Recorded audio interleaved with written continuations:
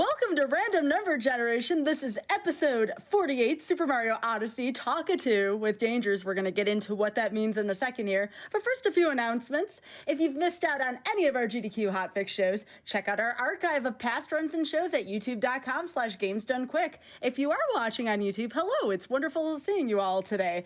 Feel free to join us at twitch.tv/gamesdonequick to check out our live shows, starting most nights at 7 p.m. Eastern. Check out gamesdonequick.com/hotfix for more information on all of our hotfix shows, and there are some massive updates for that, so y'all will definitely want to check that one out. GDQ's Some of Best Segments is a highlight channel on YouTube with regular videos like our main channel, but with small highlight reels for all of our main events and hotfix. Use exclamation point highlights in chat to find out more, or if you're on our YouTube channel, go to our About page to go to the channel. Stay tuned. After RNG, we will be having aimbot again, folks. So that is to be said. Again, aimbot will be right after this. So after this is done, still plenty of content going forward tonight here on GDQ Hotfix. With that being said, Dangers, how are you doing? I'm doing fantastic. How are you doing, Sky? I'm doing great. I am feeling the hype here. I'm seeing all of the wonderful Dangers emotes here in chat. We have, for those of you on YouTube watching, we have this little tiny bird in our chat, and it's like moving back and forth. It is just the cutest thing. They're dancing, they're popping, they're doing a whole lot of other things. They're wearing pajamas and dancing around. We love to see it. So before we get started, Dangers, would you like to describe what Talkatoo is and how folks have access to being able to do this without any kind of special randomizer research that needs to be done? I would love to. So, Super Mario Odyssey is a pretty new game. If you've watched Random Number Generation in the past, you probably recognize that there are like programs that you can download or like ROMs that you can like download that have kind of hacked the game or something like that. Super Mario Odyssey, what we're doing for a randomness element here is a little bit different, a little bit special. We're basically going to be using an element in the game that's not necessarily supposed to be used as a randomizer, but we're going to repurpose it for the sake of kind of making this game fun. It's adding like a layer of challenge to it, so to speak. I think we could probably explain it a little bit more in depth as we get this game started. I'm ready to start if you are, Sky. Yeah, absolutely. Let's get to the game and count us down. Let's do it. Excellent. 3, 2, 1, and go. So this is called Talkatoo%. And Talkatoo% is named after the bird that we are going to be talking to during this run. And I'm sure you have many questions about it, Sky. So I'll let you fire them away. Well, we were talking about this a little bit in the pre-show, and I feel like we need to let folks in on this particular thing. Are there any moons that you would like to see or not like to see, and why, Dangers? Oh boy. So yeah, I mean, there are plenty of moons that are not so fun and kind of slow. Anybody who's played Super Mario Odyssey knows that there's like a pretty wide variety of like challenges and different kinds of moons that you can do in this game. A lot of the worst ones for this category are the ones that have to do with the hint arts and the ones to do with the seeds. The seeds, if you have ever played, like they actually take real time to grow. So you plant a seed in a pot and you have to wait 20 minutes for the pot to grow into a full flower so that you get your moon. That one is pretty annoying. We can actually bypass it though, so if it does come up, I'll explain how we can bypass it. The other ones that suck are the hint art moons. And those ones are bad because if you get a hint art, that means you have to leave the kingdom you're in and go somewhere else to get the moon from like another kingdom. So we're gonna do our best to try and avoid those hint art moons and like ignore them as best as we can, but you know, we're also gonna set ourselves up so that worst case scenario, if we do need to get them, we can get them slightly easier, I guess. So the next question, and this is for the folks who want to try this at home, where does one go to find Talkatoo? Is there a part of the game you have to play to until you can get to Talkatoo? Right, good question. I'm just going to do this fight really fast, and then I'll explain. So just got to get Topper out of the way, and you'll notice we haven't talked to Talkatoo at all yet. And that's because Talkatoo% is basically an any percent run, but you're replacing the moons in an any percent run. Because any percent, if you think of like a regular speed run, would be just go as fast as possible, right? Like pick the moons that are the fastest. Talkatoo% is picking the moons that the bird gives you with only one slight exception, and I'll get to that in a second. So we have to talk to the bird, and the bird has to tell us what to do. If we don't listen to the bird, then we have to, like, you know, we have to get a moon. Basically, if we get a moon that's wrong, we have to replace it, essentially. So Talkatoo lives in all the kingdoms, and where he lives is kind of just, you know, predetermined. In this kingdom, for example, he lives kind of on the west side, a little bit a ways from here. But we have to go talk to him. Now, the only exception, like I said, there are exceptions. Talkatoo will never give story moons. These moons that are sitting on these platforms here are moons that are given by, like, bosses. Those moons are considered story moons, and because they're kind of integral to the progress of the game, Talkatoo will never suggest those ones specifically. So they're kind of like the middle square on your bingo card. Like, we're allowed to collect these with no penalty at all. But yeah, Talkatoo, like, anybody can do Talkatoo % speedruns because Talkatoo is built into the game. Just make sure you're playing in your local language and find him and use his hints to guide your journey. Ooh, first try on this trick, let's go. Nice. That does not usually go that clean in marathons. I'm pretty happy about that. It's a good kind of that's never happened before. Absolutely, yeah, absolutely. First try DSS, let's go. So who came up with the concept of Talkatoo? Was it you? Was it a combination of folks? Was it somebody else? That's a great question, actually. Like, I feel like I stumbled upon it after it was already discovered, so I can't really claim any sort of, you know, ownership of the idea. It's been a category on the speedrun.com leaderboards for a very long time. If I had to credit somebody for introducing me to it, it would be Timpani. Timpani has done a lot of, like, very long form Mario speedruns in the past. He does, like, a lot of Paper Mario and, like, a lot of 3D Mario games. He likes the long categories, the long runs. And he was the first one that I ever watched do a Talkatoo speedrun. And it's quite interesting. So there are a couple of quirks to Talkatoo.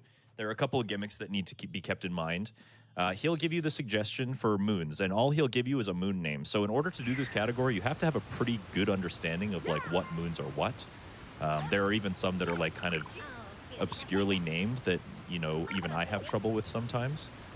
But he can only give you 3 moon names at a time. So you kind of have to keep returning to Talkatoo to get more. Like, he's going to give me a nice shot with a chain chomp. He's going to give me Treasure of the Waterfall Basin, and you know what? I'm going to take that one right away because that's, like, about the best moon that I could ask for. It's this one right here. And maybe I got the clip. Nice. Cool, just like that. That was probably one of the fastest Cascade Kingdoms I've ever done.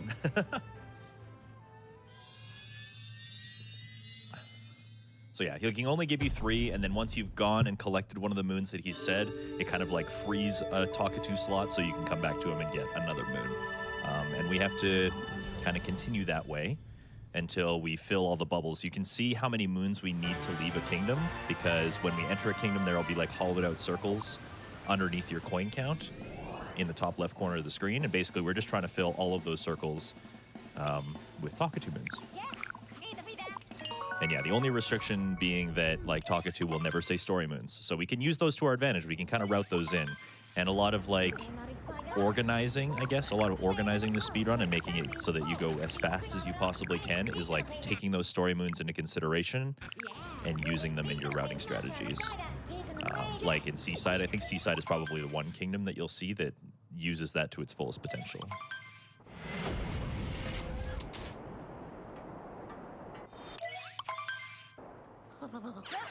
Yeah, I assume not all the moons will be that quickly. Someone in chat had said it looks like a true any % right now, which is the fastest moons that you can get. I assume that's just, it's going to look like that if you get really good RNG. Yes, exactly. Like Cascade, for example, is, like, the perfect example of, like, the restrictions in this category, because it was basically just 4 story moons and then 1 we needed from Talkatoo. So Sand Quiz, Skull Sign, and shopping. We'd love to see that. So I'm actually going to go over here. There are a couple of moons in this category that require coins. So I'm going to go out of my way specifically for the coins. I'm also going to grab all of these purples. We might not need the sombrero, but since I got shopping right away, I'm gonna go ahead and collect 15 points, or 15 purple coins, and buy it anyways. So there are a couple of kingdoms that have, like, they're called outfit rooms. And in order to access the room, in order to unlock the room, you need to be wearing the proper outfit. So I collected 15 purple coins in town right away, and I'm going to change into the sombrero, specifically for the purpose that if we get that moon, we'll be ready for it. It's kind of just like preemptive RNG. We didn't get the moon yet from Talkatoo, but I'm going to do this just in case, so I don't have to worry about it later.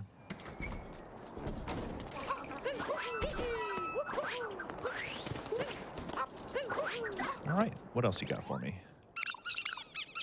Wandering Cactus. Okay, so we're kind of like all over the place here. Talkatoo is making us go on a little bit of a journey, so that's okay. That happens. We're gonna... One of the things you're gonna notice is I'm gonna be making use of checkpoints quite a lot. And that's because checkpoints let you warp to any checkpoint, basically. So if I've been to a place, and I grab the checkpoint there, then I can quick warp basically all around the kingdom, which is going to be very handy for us. So this is the skull sign. Yeah, and probably the hardest part about doing this category is just having knowledge of everything. Like, you know, randomizers have that quality in general. Would you agree, Sky, where, like, to be really good at randomizers, you need to know your game pretty much inside and out? Yeah, one of the questions I always ask every episode is, what should the familiarity be with the vanilla game before taking on something like this? So I guess I will ask you that, and my answer on this, assuming, is probably quite a bit, because you need to know where all these moons are located. Yes. Yeah, you definitely need a pretty good understanding of the game. I would say that the moon names in this game, 95% of the time, are going to be pretty straightforward. So, you know, you can kind of just look at the moon name and be like, okay, yeah, Wandering Cactus. It's probably that one that I've seen in Sand Kingdom that's over here where you take control of the cactus. Like, well, a lot of them are pretty straightforward, but there are also times where, like, they're called sub-areas. Sub-areas are like the room that I just went into with the skull sign, for example. Those are sub-areas, and sub-areas will always contain 2 moons instead of just 1. And sometimes those moons are named very similarly, so it can be kind of confusing. But luckily, this category isn't like, you know, minimum captures or something. Like, think of like a low percent speed run. Like, if you accidentally collect something extra, your run is just over, right? With Talkatoo percent, we're a little bit lenient. Like, if you accidentally collect the wrong moon, that just means you need to add 1 to your total to leave the kingdom. That's the only penalty, so... But as far as, like, I guess coming back to the point, because I'm kind of getting off topic a little bit, but as far as, like, game knowledge is concerned, like, you definitely want to have probably done, like, an all moons playthrough at least. Like, you've gone and tried to 100% all the moons in the game, so you kind of have an understanding of where they all are. And then, you know, the challenge comes after that when you start seeing the moon names and you're like, oh yeah, I think I remember where that one is. Treasure of Jaxi Ruins. Alcove in the Ruins. Jaxi Driver. Ooh, that's a nice little, like, pathway, a little combo. So let's see if I can do a little trick here. So the first one that we got was Alcove in the Ruins. So I'm gonna do this.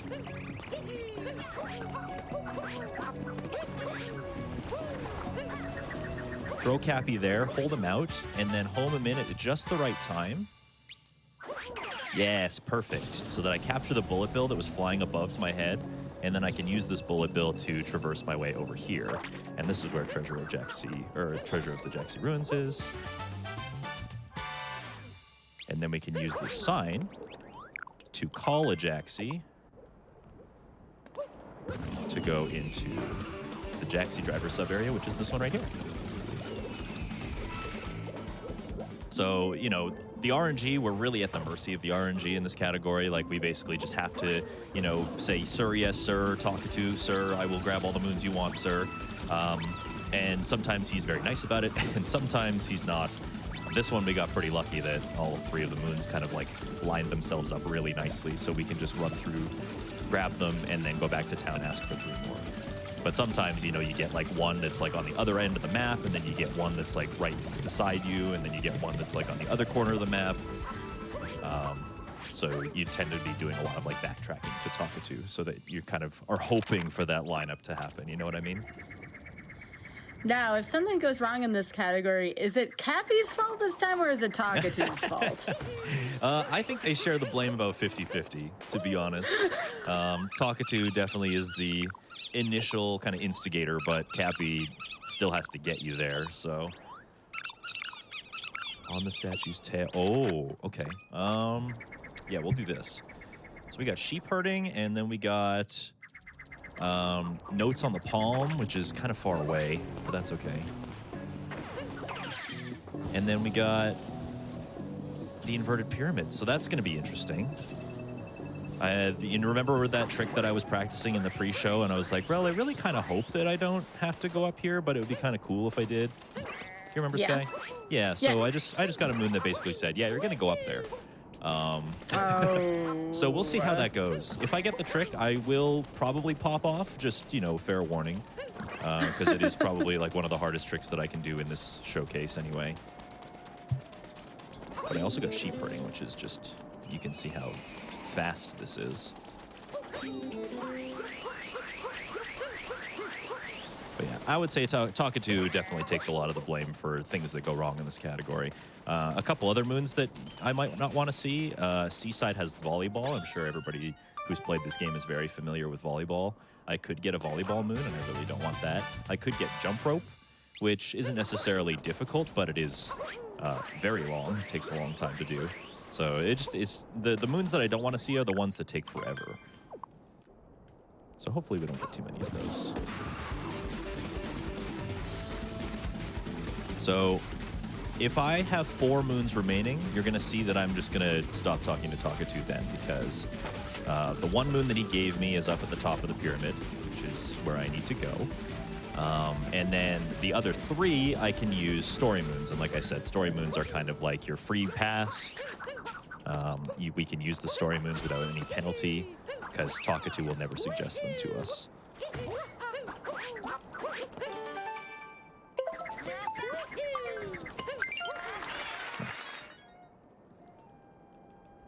Am I going to grab that? Oh, yeah, nice.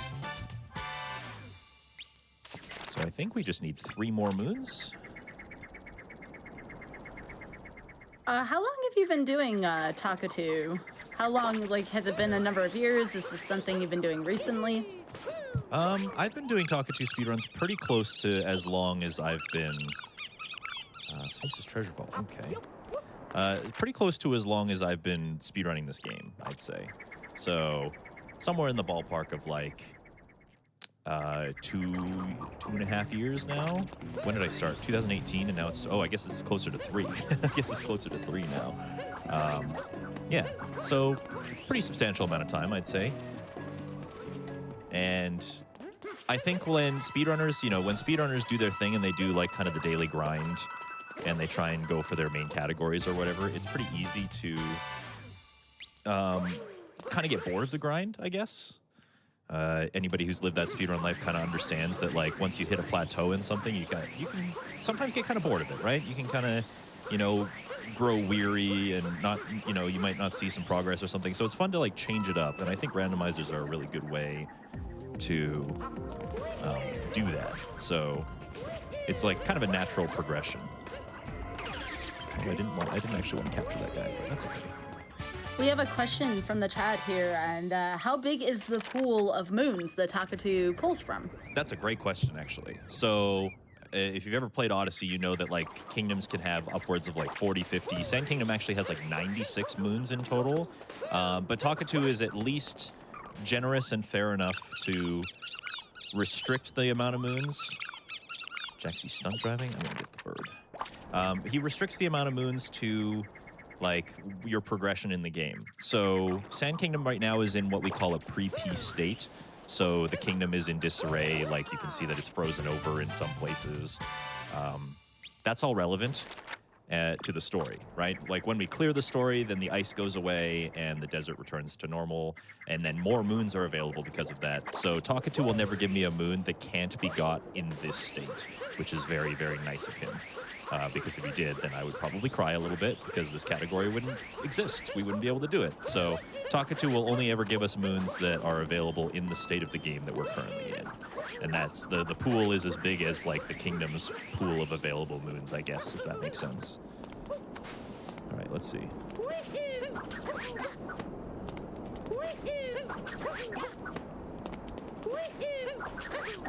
This trick is really finicky. Hopefully I'm able to... There we go. Nice. So now I'm in. Now we just got to get up to the top, and very good. Nice. That actually didn't take nearly as long as I thought it was going to. So that's what we call the inverted pyramid skip. It's very useful in speedrunning because the inverted pyramid has a lot of like interior section.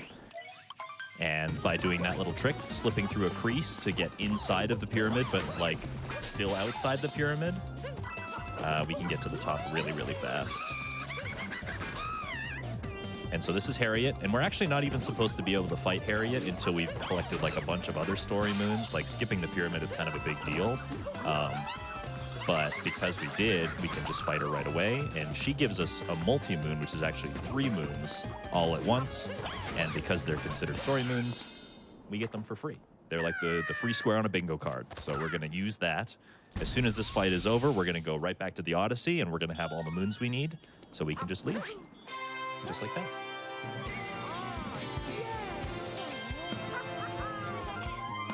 See, this is what happens when you're on Mercy Kill. Dangers is all warmed up now from last time. That's right. Yeah, I attempted to go for this trick in Mercy Kill as well because it is part of the darker side speedrun, but it had been a long time since I'd done it. And you told me one of the rules of Mercy Kill is not to practice the category, so I strictly didn't. And it bit me, that's for sure. So I'm glad to be able to showcase it. That's how I knew you were fouling. That's right, yeah. Sorry? Oh, I said now I'm glad to be able to show it off. I'm glad that it actually worked for us, so because it is a pretty cool trick. I'm glad people get to see it. And this category is interesting too, because now we're like, it's nighttime sand. Like this is kind of like in the middle of the story. Like most people would just like beat the boss and finish the story, but we're not going to do that. We're just going to leave. Anyway, I'm sorry to cut you off. What were you going to ask? Oh, you're fine. The question that I had is, were you considering running Darker Side again after that run? We didn't get a chance to really get into that last time. I was just curious since you're playing the same game. Oh, totally, yeah. I'm itching for it a little bit. I'm playing Galaxy right now. Galaxy's kind of my focus. I've been doing like 120-star speedruns, and I do think that like putting your focus into one category is the best way to grind it down and get it to a place that's like accurate to your skill level, for example. But if I return to Odyssey, I think Darker Side might be where I start because I was definitely itching for it after that run. I remember why it was so fun. All right, Sky, do you remember when I was talking about the hint arts and stuff? And I was saying, I hope I don't get them, but I'm going to do everything in my power to make things easier for myself, if possible. So we just hit a proverbial fork in the road there. I could have chosen Lake Kingdom or Wooded Kingdom. I chose Wooded Kingdom on purpose. And the reason I chose Wooded Kingdom on purpose is because of those hint arts. So the hint art that's in Wooded Kingdom leads to a moon that would bring me back to sand, which would be very unfortunate and very kind of annoying. Oh, that's over deep woods. But if I choose Wooded first, there's a painting that exists in Wooded Kingdom that basically warps me directly back to Sand Kingdom. So instead of like powering up the Odyssey, I can just go through that painting and end up in Sand Kingdom for free. So it's a pretty handy way to kind of, I guess, mitigate the damage if it happens. We're hoping it doesn't, right? Because it's still slow, but it is kind of handy to have that available to us. And it's a double whammy because if I choose Wooded first, the Wooded painting leads to sand, but then we get to Metro Kingdom later, and Metro Kingdom also has a hint art moon, and the hint art leads to Lake. And the painting leads to Lake if you choose Wooded first. So it's kind of like a double whammy. Like choosing Wooded first is the way to get rid of the hint art problems. Okay, we have 2 Deep Woods moons. So, Wooded Kingdom is frustrating in this category because the Deep Woods. Have you played this game, Sky, right? I've only played maybe the first half of it. I remember you talking about Deep Woods last week, though, and how difficult it can be to navigate. Yes. The reason that it's difficult to navigate, I'm just gonna make sure, Rolling Rock, okay. The reason that it's so difficult to navigate is because you'll notice that the compass is gone. There is no map of this place, and it also doesn't let you warp out of here.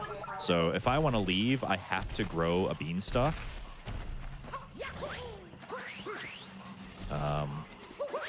Hello, yes, can we be friends? Thank you. I have to grow a beanstalk, and I have to, like, take the beanstalk out of the kingdom. So what I'm gonna do is I'm gonna try to conk this guy on the head, capture him. There's a couple ways that you can get the dino to get knocked out like this. Either you can run him into a tree, or you can just throw one of the nuts at his face, which I think is just one of the most charming things ever. But the dino is really helpful because he breaks stuff open, including that rolling rock. But yeah, we can only use these beanstalks to get out of the deep woods, so we don't really want Talkatoo to give us deep woods moons if we can help it. Luckily, this beanstalk in particular sends us right back to Talkatoo, so it's not too big a deal. Back way up the mountain. Exploring for treasure. I'm glad I've been collecting purple coins. Okay, so we're gonna just go ahead and start engaging with the story in this kingdom. So you know how I said, like, Talkatoo won't really give you moons that aren't part of your current story progression? I kind of fibbed about that. In this case, in Wooded Kingdom's case, it's a pretty open kingdom, so he can give you moons for, like, the top part of the kingdom that you're not supposed to be in yet. So we do have to complete a little bit of the story, but that's not such a big deal. We're just going to do that. And we get 4 moons for completing the story along the way, so it's not like the slowest thing. But you have to be careful in this game because completing the story kind of, like, opens up different progression, and sometimes, like, checkpoints will get taken away. In this case, the checkpoint that I just grabbed by that story moon down there is actually not going to exist after we beat Spewart. Oh, wait, hold on. Okay, we're still alive. Nice. Oh, no, we're not. Hold on. Okay, we gotta try that again. It was spooky, Dangers. Yeah, my platforming is a little bit scary. Oh, no. Okay, it's fine. Yeah. I'm trying to go for what's called tower skip, and not doing a terrific job of it, but that's okay. We'll give it one more go here. Starting from here. This cool jump here is called Flower Road Skip, and as cool as it looks, it's in speedrunning, it saves about 2 seconds from just, like, kind of swallowing your pride. Oh, no, I did it again. I'm not getting the distance I need. Dangers, I believe we had a conversation about this a couple weeks ago. Are you the type of speedrunner who will take the biggest risk to save 2 seconds? Oh, definitely, yeah. For me, the fun of speedrunning is, like, you know, the flashiness of it, right? And Mario games do a very good job of being quite flashy, you know? Like, I think what makes the game so much fun to speedrun in the first place is the fact that you can, you know, basically beat a children's video game using really flashy techniques at all, right? Like, you can probably progress through the game doing single jumps and maybe a cap throw or 2 here and there, but the fact that you can do triple jumps and you can roll and you can roll cancel and you can clip into walls and stuff, like, that's what makes the speedrun fun, you know what I mean? So I'm definitely the one to utilize as many of those tricks as possible because that's what makes it fun for me, so. Well, I've told folks, but I want to make sure those listening on YouTube know, if you would like to follow Dangers, and honestly, why wouldn't you want to follow Dangers? Please go to twitch.tv/Dangers, as spelled there, and be sure to give Dangers a follow. Remember, following is free. However, those bird emotes are looking pretty sweet. I mean, if you want to subscribe, that's totally cool, too, yeah. People really like the bird emotes, so. And how can you not? The dancing bird, I sold Sky on the bird emotes just by them existing there, so. They're so cute. All right. So, now that we beat Spewart, that kind of, like, opens up the kingdom a little bit, and it's going to give us access to some more parts of the kingdom. One of the moons we got was actually treasure in the deep woods, so we need to get another outfit on. I feel like we're going to be changing a lot this run, and that's okay. It's kind of neat to be able to showcase some of these slower moons that don't get really seen in a lot of other categories.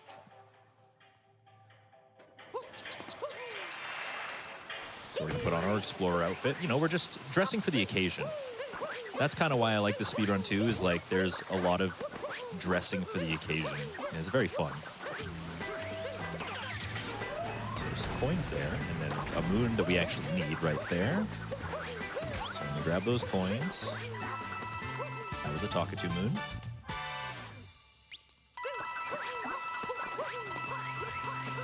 The checkpoint, of course.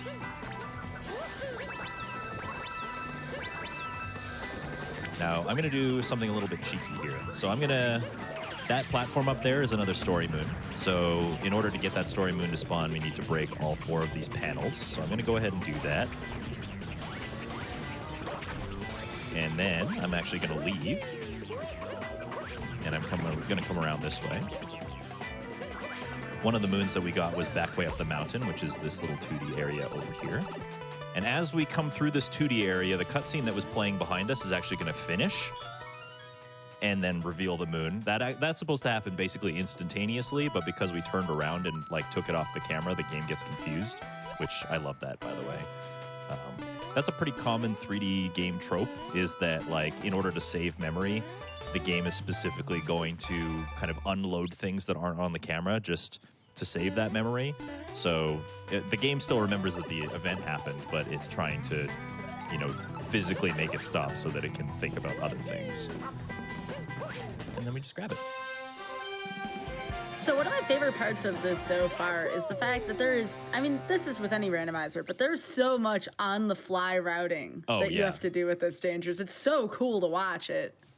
Yeah, definitely. That's one of my favorite things about the category, too, is like, you know, the fun of regular speedrunning is that you're optimizing it and trying to find like all the little tips and tricks that you can to make it as fast as you possibly can, whereas this doesn't really have that available to it, right?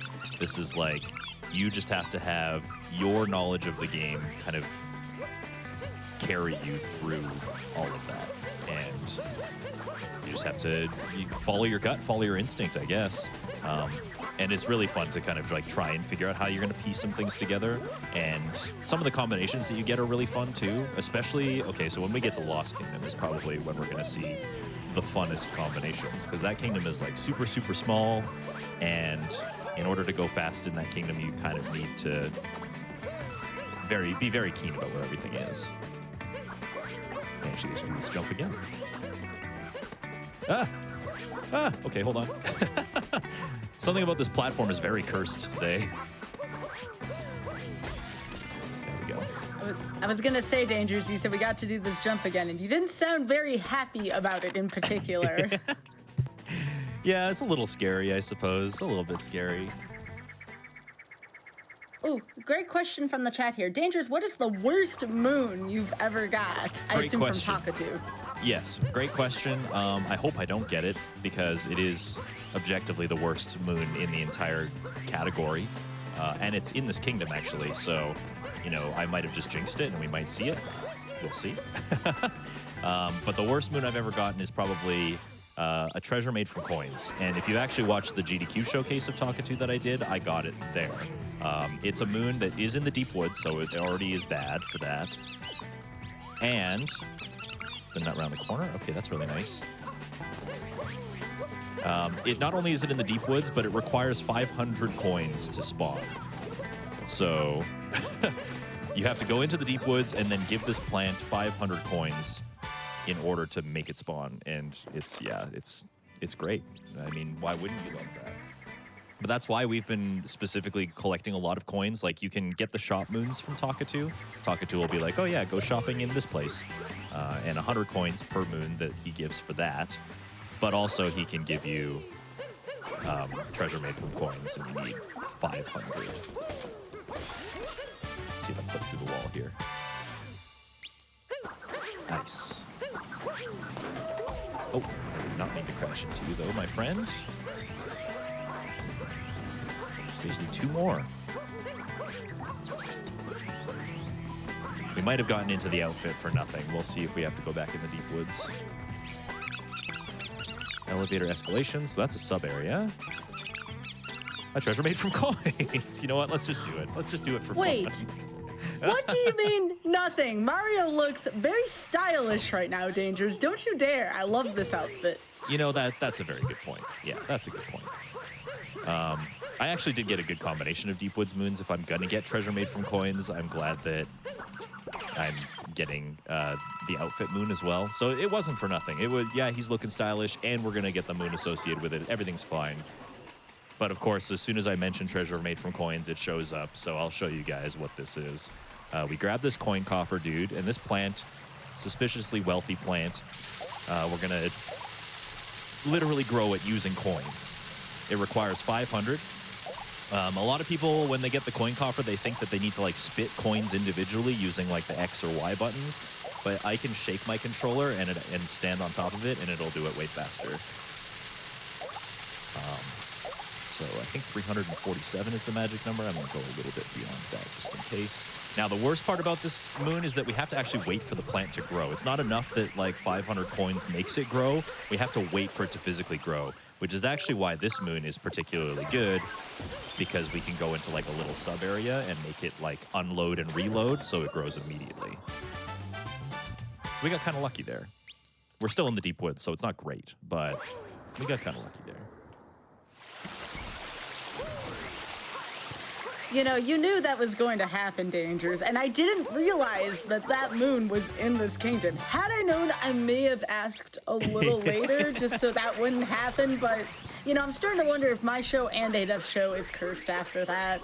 Honestly, I'm not too pressed about it. I feel like it's kind of just a rite of passage at this point. It's like anytime I play Talkatoo for a showcase, I'm going to get that moon. I just got to suck it up. So that's why I prepare for it. That's why I get all those coins, so we don't have to worry. It would be a much worse situation if I came into Wooded Kingdom and I didn't have any coins to pay for it. Then we'd be in trouble. So, not so bad. We're all good. Talkatoo just wants to show off for GDQ every single time, and I guess that's something we can't avoid, Dangers. Honestly, I love that. You know, we might be able to blame Talkatoo for giving us the worst moons in the kingdom, but at least it's a good showcase at the end of the day. So... all right, that's Wooded Kingdom. And now Lake Kingdom. Lake Kingdom is another pretty fun one because it's a small, compact kingdom. There is a multi-moon right in the center. Whenever you do like a multi-moon boss fight, the game will automatically spit you back to the Odyssey. So what we're going to do here is we need 8 moons to leave. So we're going to get 5 of those moons from Talkatoo, and then we're just going to beat the boss fight, and then we can leave immediately afterwards. This one has an outfit room moon as well, but we're actually not going to bother with the purple coins because there's a way to get into this outfit room without using the outfit. And I kind of hope that I get the outfit room moon just so I can show you what I mean, because it's a pretty cool trick. So the first thing we're going to do is grab this checkpoint. That's like right where the boss is. So when we're done, we can just warp right to that checkpoint. We're going to grab these checkpoints as well. There's one by the shop. There's one right here. Then we can talk to our bird friend. Moon shards, okay. Yes, the outfit room. Oh, I'm so happy. Okay. So we're going to go ahead and collect the moon shards.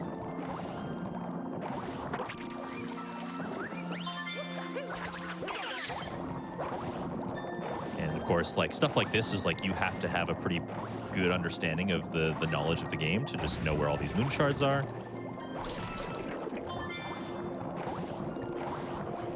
I think I got jump, grab, cling, climb some more. That's also a pretty fun sub area to show off. I'm so glad I got the outfit room. I hope the clip works.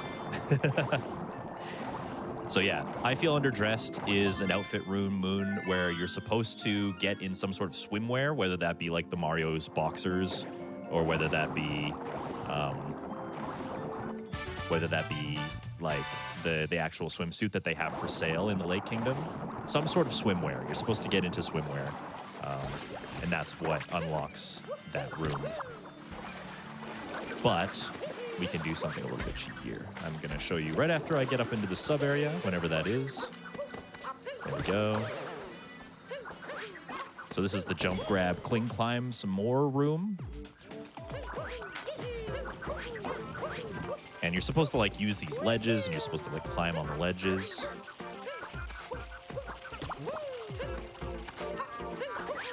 Nice. Oh my gosh, look at this platforming, y'all.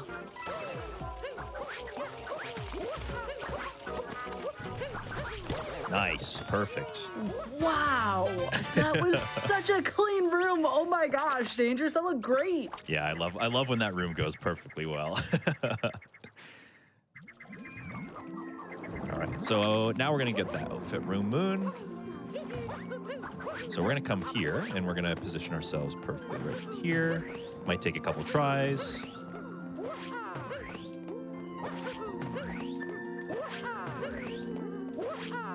It's also kind of weird because I'm wearing a different outfit than I usually am. So the setup might not work as easily, but just give me a couple tries. Come on, Mario, I know you can do it.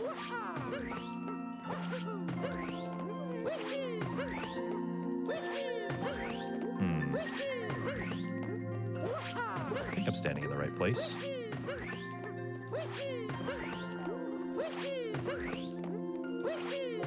There we go. So we go underneath the floor and then into this room, and we never needed a swimsuit to begin with, and we just get this moon for free. Danger, so you're showing us here, some folks in the chat were talking about it. A good attitude can really go a long way. When you even have the most terrible RNG, having a good attitude can help you get through that. So I'm really glad that you've displayed that here.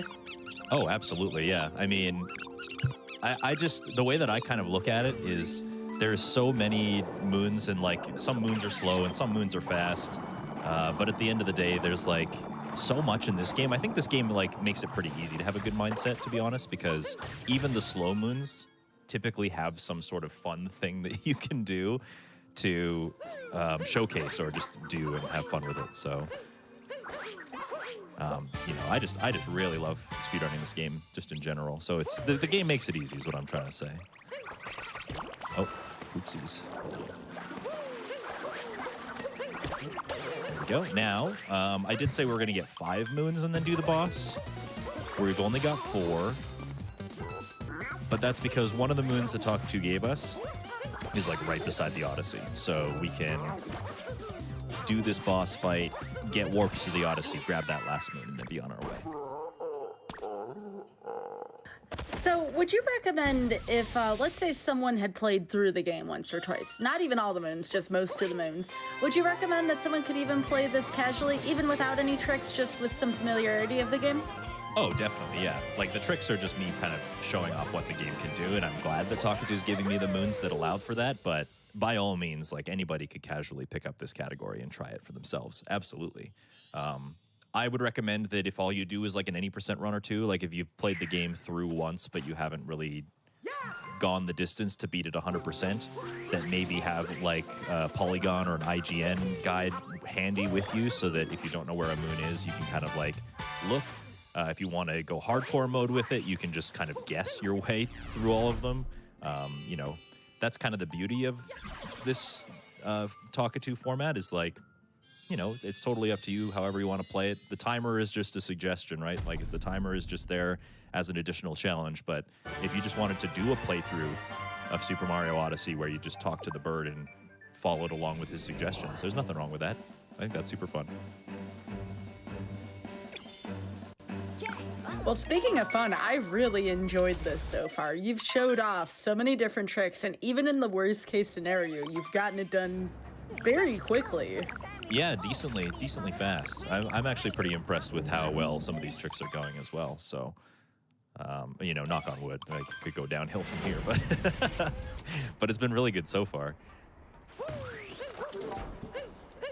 All right, so we're in Cloud Kingdom now, and Cloud Kingdom is, it's just a boss fight. We don't actually need any moons to leave this kingdom, so we can't really do anything. Talk2 doesn't even live here. Talk2 doesn't even go here, so there's not a lot that we can really do except for the usual stuff.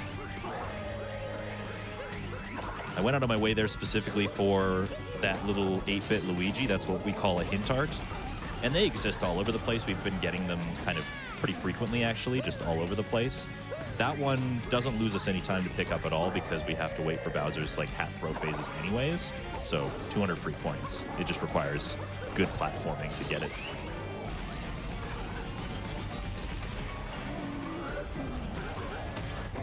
Besides story moons, this is another question from the chat. Are there any moons Talkatoo doesn't tell you the existence of? Doesn't tell us the existence of. So the only moons outside the story. Yeah, outside of the story, the only ones that Talkatoo won't give us are moons that we can't collect yet. So been kind of talking about this concept of world peace. A kingdom achieves peace if you complete the story in it. So Talkatoo will never give us moons that are like beyond our I guess what's the way to call it, like our story progression. So any moons that are only available after world peace, he won't give them to us in this state. There are also moonrock moons once you've beaten the whole game. Talkatoo has a series of moons that, or not Talkatoo, but the game has a series of moons that are like unlocked by opening up these moonrocks in the game.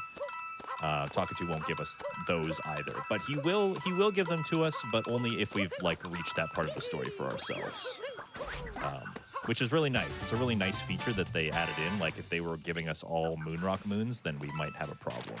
So top of propeller pillar, so that's this one. Another question from the chat here. Is the run invalid if you ever pick up a wrong moon? Or is there a fix like talking to Talkatoo until it suggests that moon or something of that nature? Right. So if you pick a moon that Talkatoo hasn't given us, then it won't get removed from his 3-moon move pool because he didn't say it. And the rules for this category are pretty arbitrary. They're like outside of what the game is suggesting, right? So our fix for that is if you accidentally pick up a wrong moon, you can just, grab an extra one to compensate. So like in Lost Kingdom, we need 10 moons to leave. We just grab 11 instead. Okay, so Lost Kingdom, like I said, is one of the funner ones. We have to be very careful. I'm like purposefully... Did we get Stone Cage? Yes. I'm purposefully going on top of these like stairs and activating Klepto every time. Klepto is the bird that kind of watches over this kingdom. If I didn't do that and I stepped within Klepto's, I guess, trigger zone, then he would steal Cappy and I'd have to get Cappy back and it would take like 45 seconds and it's kind of slow. So every time I warp, I have to remember to activate Klepto. Otherwise, I'm going to have a bad time.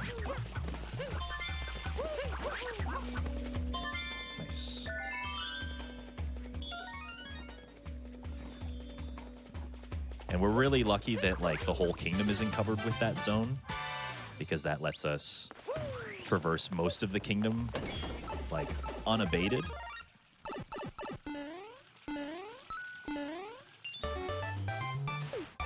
nice. 4 more moons. I like Lost Kingdom because there are no story moons here. There is no story progression at all. It's just like a very small, compact kingdom that has just a lot of fast moons all over the place. So we just keep coming, talk to the bird, and he gives us even more. Ooh, Twist and Turnip. That's a good showcase, too. I'm glad. Cage Gold. Cave Gardening. Nice little combo. So Cave Gardening's right here. Very aptly named. So as you can see, like a lot of the moons are named pretty similarly to what the objective is, which is really handy, which I think is why it would be pretty decent for a beginner to get into if they wanted to.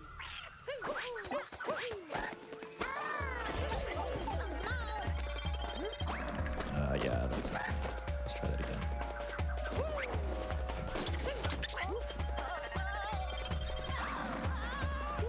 That's gonna do that. And then we need you to break this one. I mean, that works. I can take a little damage as a treat.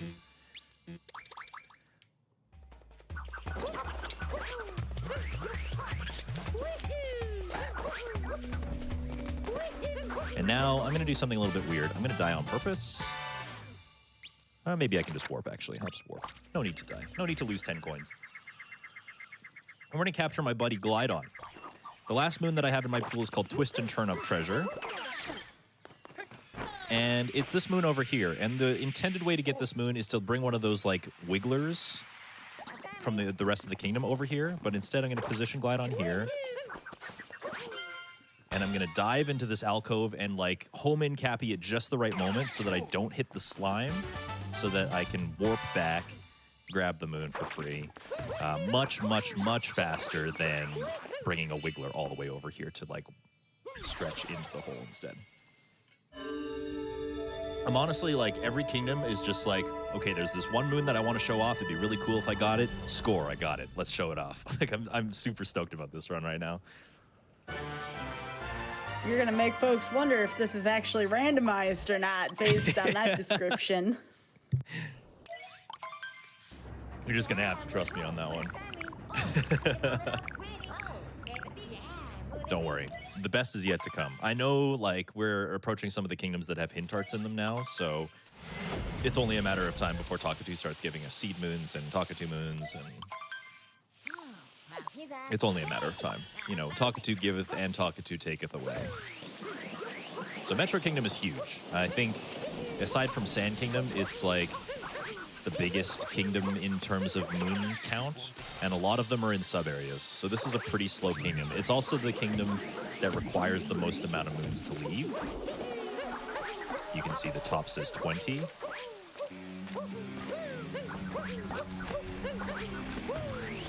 So we're going to be here for a little while.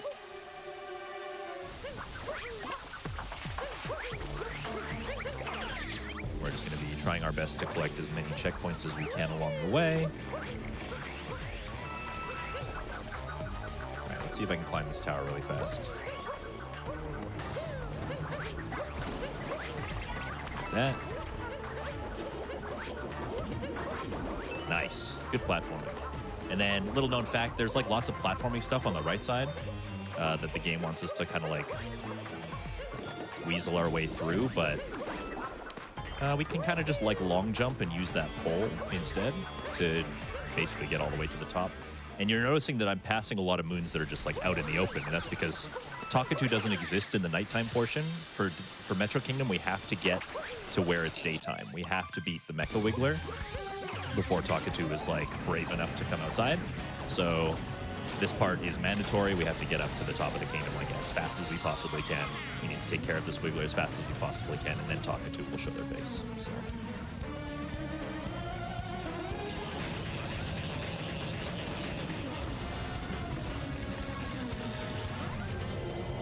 it's very, very easy for like an any % runner or a speedrunner in general like me to accidentally grab some of those moons that were along the way, because it's just like force of habit, you know what I mean? Like in every speedrun category, like climbing that tower and getting that moon along the way is part of the deal. It's part of like this every single speedrun you do. So like resisting the impulse to pick it up and like leaving it there is like really difficult. Is there any kingdom in Talkatoo % that you look forward to playing? Lost Kingdom for sure. So the one we just did. I think Lake Kingdom, just for the sake of having that outfit room clip, possibly.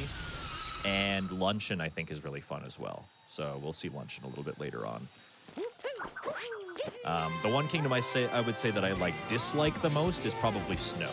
And Snow will be the one that's upcoming next. And it's because we're talking about how like Talkatoo won't give you moons unless you're like at a certain story progression, right?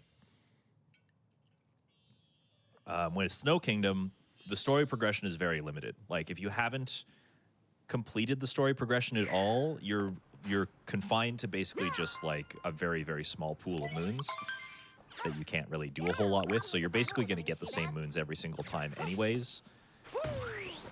But luckily, Snow Kingdom does have some story moons, so you can kind of offset some of that as well. All right, and now we're here, and he's in the plaza, and he's ready to give us some moons. So let's do it. Hanging from a high rise, that's a good one. Girder Sandwich, that's also a good one. Taking notes in the private room, okay. We can do this. You seem pretty happy about those. Yeah, not too bad. It's pretty difficult to get moons that align in Metro Kingdom because, like I said, there's lots of sub-areas, and Talkatoo doesn't necessarily need to follow the rules that I talked about before. Like, almost, this doesn't count as a sub-area, but all sub-areas have 2 moons in them. So Talkatoo is very likely going to give you one, but not the other. So it's hard to find moons that align in this category, or in this kingdom, I mean. So if they're easy moons, then they're usually just good to get. Now, I think we need to go here.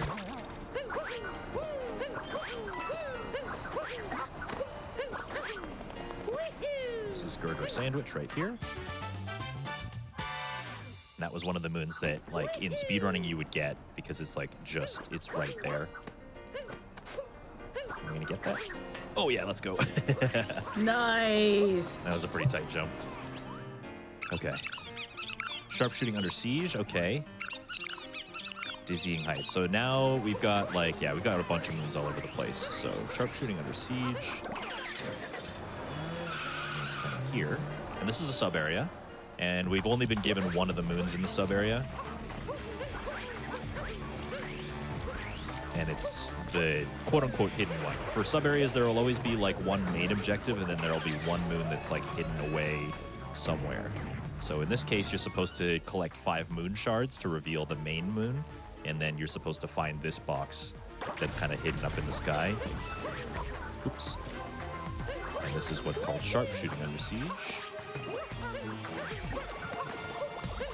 That's a really tight jump there, because you have to get as much height as you possibly can.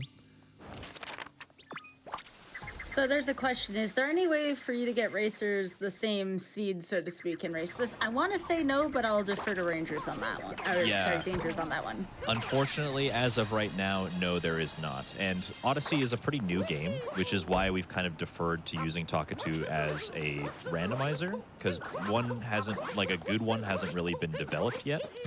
That being said, there has been one in development, and it does kind of work. I haven't tested it for myself, but you know, the idea of having a proper randomizer for this game is definitely something that people have talked about. Definitely would be viable. It's just a matter of like overcoming the hardware limitations of this game. But as it stands, like there is no seed generation for Talkatoo that we've been able to manipulate yet. So we can't necessarily give people the same seed, unfortunately. So this is hanging from a high rise, and this is the main objective of this sub area, where you're supposed to like use those like flinging poles and like vault yourself over to this moon, but you can actually just skip to the end of the to the end of the sub area by doing a triple jump, which I always think is really funny. Metro Kingdom also has a lot of story moons. We haven't had to utilize them yet. Motor scooter escape, okay. Rewiring the neighborhood, sub areas. Swaying in the breeze, okay. We haven't had to utilize the sub areas or the story moons yet, but I think I'll grab a couple right now, actually. So the boss is obviously one. This is swinging in the breeze right here. The boss is obviously one, so we got 3 moons for doing that. But then once we've achieved daytime, this part of the story is gonna start. We talked to Pauline, and Pauline's like, oh yeah, we're gonna have a festival, but we need to collect the band members. So each of these band members has a story moon, and because the story moons will never be given by Talkatoo, we can use them for free. So there are 4 band members, 4 free moons. We're not gonna go as far as the festival, because the festival's kind of slow. We might go into the sewer. Depends on how frisky I'm feeling, I guess. I am glad that we got rewiring the neighborhood, because that's another trick that I can show off. I'm like on a roll today. I'm so glad that we're getting all these sub areas. Was that intended to be a pun, Dangers? On a roll? Really? Maybe. You got me. It's just too easy.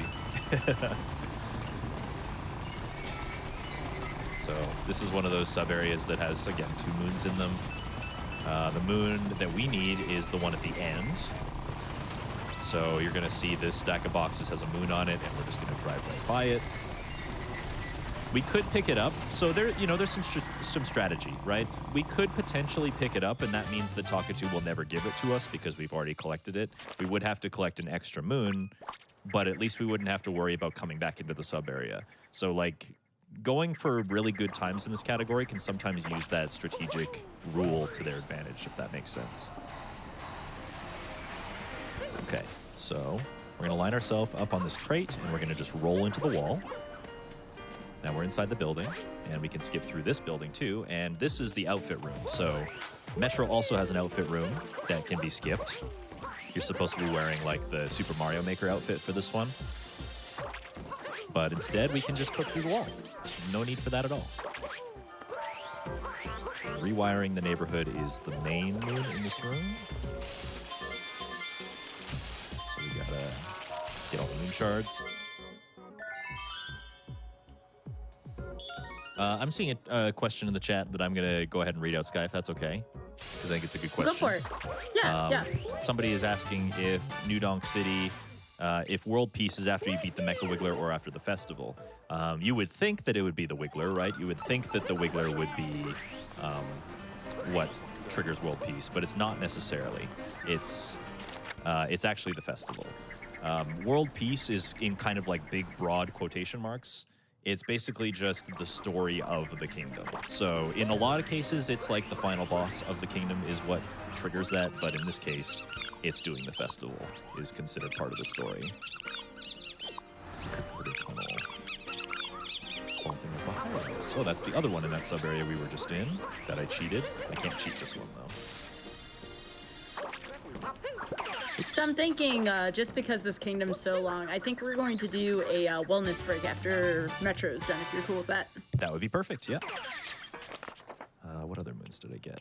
Captain Toad and vaulting. Okay. You know what? Then we'll just go do that.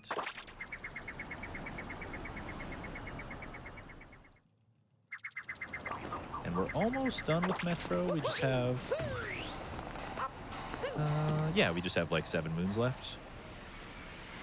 Captain Toad's all the way back here. I think he's just hanging out. Captain Toad lives in all the kingdoms except for Cloud and Ruined, I think. And he just gives you a free moon when you find him. So he's just a good lad.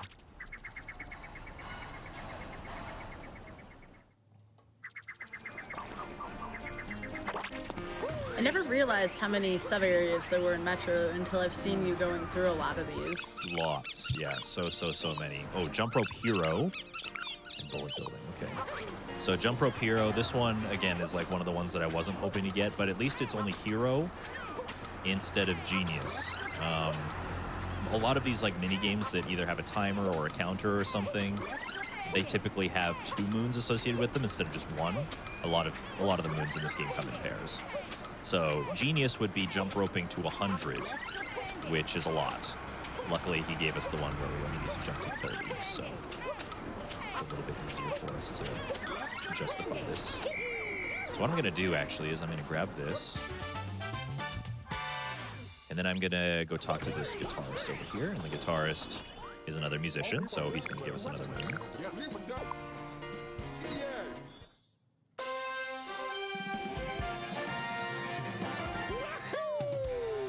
How many moons do we need? 2 more musicians. Oh, you know what? I'm taking the executive decision. We're gonna go ahead. We're gonna go ahead and have a little fun. I'm gonna get the rest of the musicians. I'm gonna get this bullet building sub area. And then we're gonna do another trick, just because I'm feeling like it. This is probably not the fastest moon combination that I could do. I could probably talk to Talkatoo for like another fast moon. But I'm really feeling like showing stuff off today.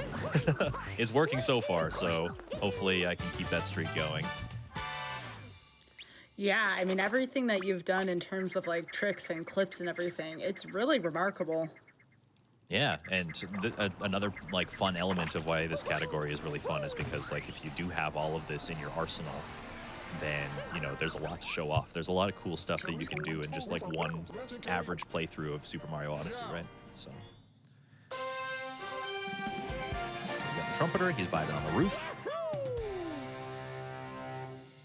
We just need one more moon from the musicians. And instead of talking to Talkatoo, I'm going to use one more story moon. That's my logic. There's one more story moon just past the musicians that we're going to get instead. And it's in the sewers. If anybody's ever seen the sewers in this game, anybody's seen a speedrunner do the sewers in this game, you kind of are knowing what's coming up here. Again, this is probably, especially because this trick is one of the harder ones in the game, I could probably get a Talkatoo Moon and be very good, just like leaving the kingdom that way. But I want to have a little bit of fun with it, so we'll see how it goes. So we got to go down into these sewers, and the idea is that the sewers have like some platforming puzzles and stuff like that, but this initial hallway is actually connected to the final room. So we're just gonna come here, and we're gonna slide along the wall, and with one of these roll cancel clips. Again, this one is probably the hardest one in the game, so it might take me a couple tries. There we go. Nice. That actually didn't take as long as I thought. We kill these prong plants. I was going to ask you, Dangers, what is your version of fun? That's something we may want to think about when we're on the break. What do you all think that Dangers' version of fun is? It's just something to think about. It's like it's almost like the glee of discovery for me. The idea that like this game wants you to do all of this stuff, all of these like challenges that they put out for you, and you kind of just are like, how about I don't though? And you just like skip it all. There's something very, very satisfying about that for me. All right, that's it. That's Metro Kingdom. We did it. You want to take a wellness break? I honestly think this is perfect. This is like the halfway point, so. Absolutely, I would love to do that. So why don't you count us down so Richard knows when to stop the timer, and I'll read a couple announcements, and we'll be on our wellness break. Sure. 3, 2, 1, pause. All right, well, first of all, before I read announcements, I do want to thank Dangers for being here. And if you are not following Dangers already, remember, y'all, follows are free. That's twitch.tv/Dangers. Please, you will not be disappointed. If you've been enjoying this, you would absolutely enjoy Dangers' stream. So before we go on break, folks, remember that Random Number Generation and GDQ Hotfix is brought to you by viewers like you. Your subs, gift subs, Amazon Prime subs, and bits cheered on the GDQ Twitch channel help support our weekly Hotfix content. Thank you so much for supporting our shows. Also, if you have missed out on any of our GDQ Hotfix shows, including the Mercy Kill that Dangers was on a couple weeks ago, remember that is available with our archive and past runs and shows at youtube.com/GamesDoneQuick. If you're watching on YouTube, feel free to join us at twitch.tv/GamesDoneQuick to check out our live shows starting most nights at 7 p.m. Eastern. And of course, to check out GamesDoneQuick.com/Hotfix also for more information on all of our Hotfix shows, especially our newer ones. And of course, as always, don't forget about our GDQ Some of Best segments, which is a highlight channel on YouTube with our regular videos, like our main channel, but with small highlight reels for all of our main events and Hotfix, exclamation point highlights in chat to find out more. Or if you're on our YouTube channel, go to our About page to go to the channel. And with that, everyone, be sure to hydrate, stretch, and we'll be right back with Random Number Generation.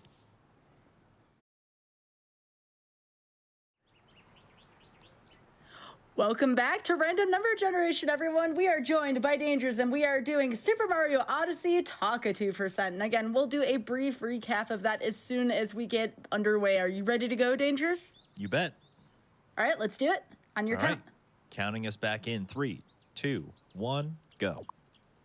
So for anyone that may have tuned in midway through the run, did you want to describe what Talkatoo actually does for this run?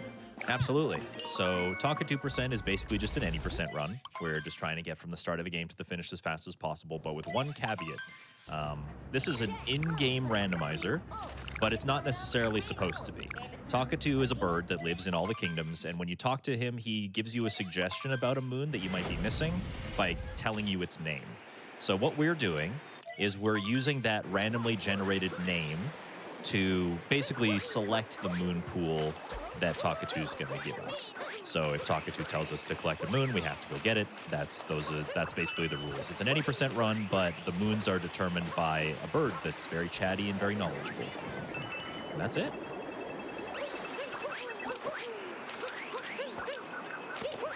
So we were talking earlier in the show how you didn't like the Snow Kingdom compared to everything else. Do you want to elaborate on that since we're here? Definitely. So the first thing you're going to notice is that little hint art on the wall. So a hint art moon is possible here and almost certainly likely. And that's because the Moon Kingdom, the story progression locks you into this little underground part for the most part. Like there's not a whole lot to the moon, or to the Snow Kingdom, I should say, not the Moon Kingdom. There's not a whole lot to, well, that was a really good combo actually, like perfect combo. There's not a whole lot to the Snow Kingdom aside from what you see down here. There's like 4 hallways that have little sub areas. Each sub area has like 1 hidden moon and a story moon, but that's it. Like the moon pool here is very, very small. So you're basically always going to see the same moons from Takatu in this kingdom every single time because I think there's only like 10 or 11 he can give you, which means that your diversity in this kingdom is not very high. And one of those just so happens to be the hint art. One of them happens to be Captain Toad, which is outside of this area, and 2 of them are going to be moon shards in a cold room and the hidden treasure. So you've been noticing that I've been like collecting purple coins on purpose for the sake of knowing that I'm probably going to have to go into that outfit room, and unfortunately there is no way to clip into this outfit room, so we're kind of just hooped. We have to go in there most likely.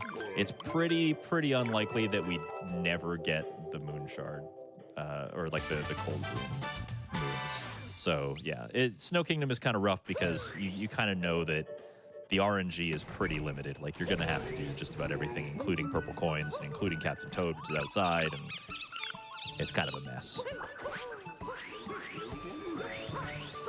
But luckily, we can offset a little bit of the RNG with the story moons. So in here, we got Ice Dodge and Goomba stack, which means we need to stack up all these Goombas. It's not such a big deal. And then, because this is one of the 4 hallways that I mentioned, we can get the secret moon, and then we can follow it up immediately afterwards with the story moon that's in here as well.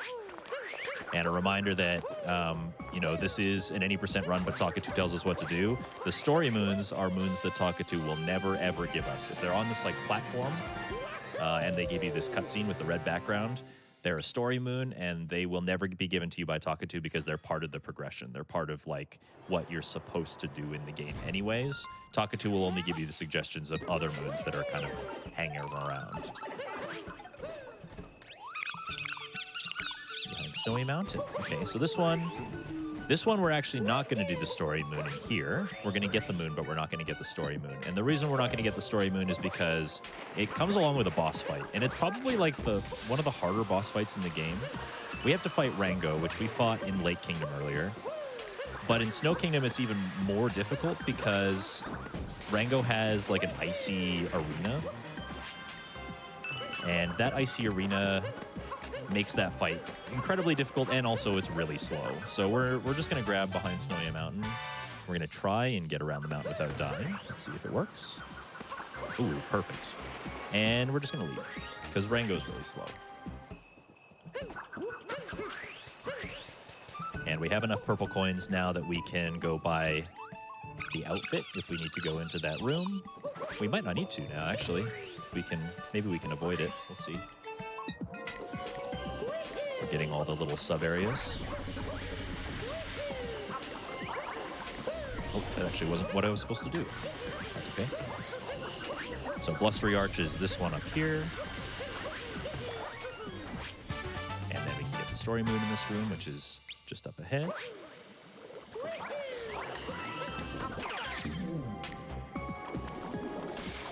Am I going to keep that Spiny alive? Nice.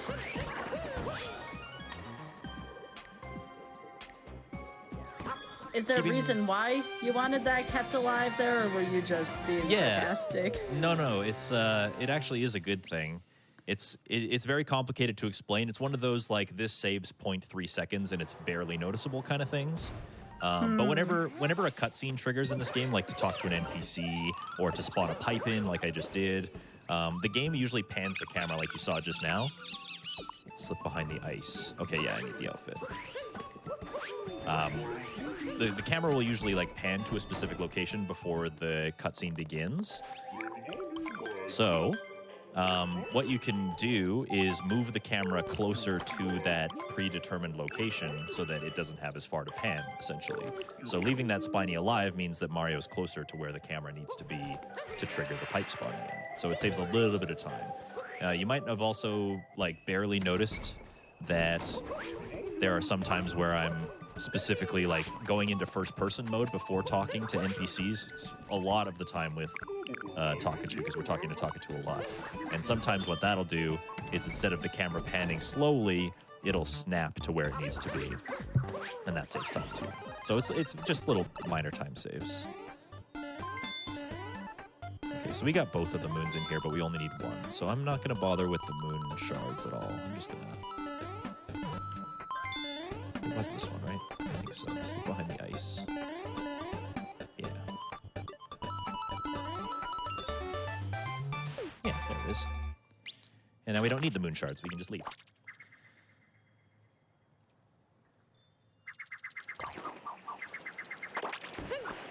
There we go.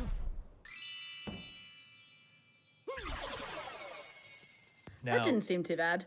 yeah, not too bad. Again, the moon pool for Snow Kingdom is only 10 moons, so it's a pretty small pool. You can get a lot of story moons to offset the RNG that's kind of bad. Like, we got the hint art, and it kind of was clogging up our inventory, so to speak, the whole time.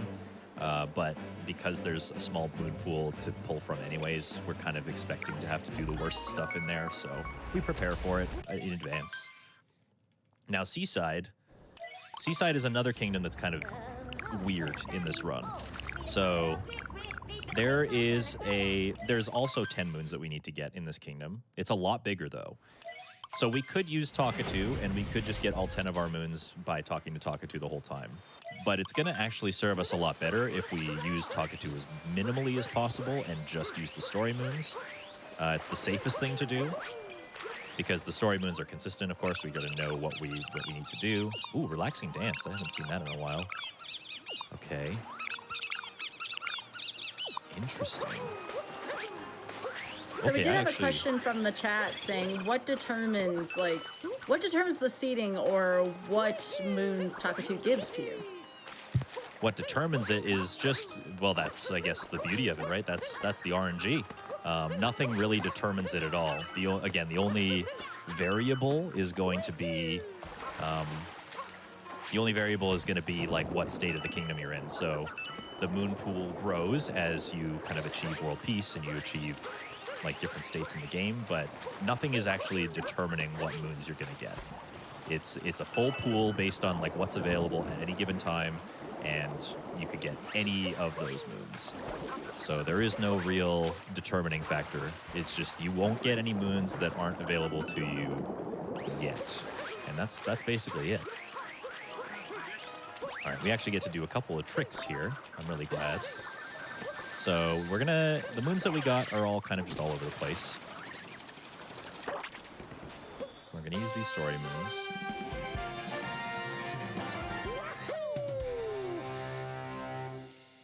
And we're gonna make sure that we stomp all the pegs.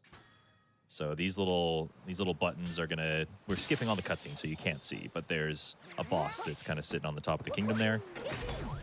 And when we break open these pegs, we like open up the fountains you can kind of see over there. Oh, I didn't do that correctly. Hold on. I can show you the fountain. That one. You see how it's like gushing? So that opens up that, and it sprays a cork in his face. He gets angry, so we do that 4 times, and we kind of activate the boss. And then we'll fight him. And when we beat the boss, we get a multi-moon, which is a story moon that actually gives us 3. So this kingdom, we need 10 moons. We're going to get 7 of them from story elements, and then the other 3 are just going to be the ones that we get along the way. What's the boss's name I see in chat? Oh, that's always the golden question, isn't it? I love this boss's name. Do you know this boss's name, Sky? It's fantastic. I remember it being a very long name, but not offhand. Would you like to let us know, Dangerous? You know what? I'll keep you guys guessing until we actually get to the boss. How's that sound?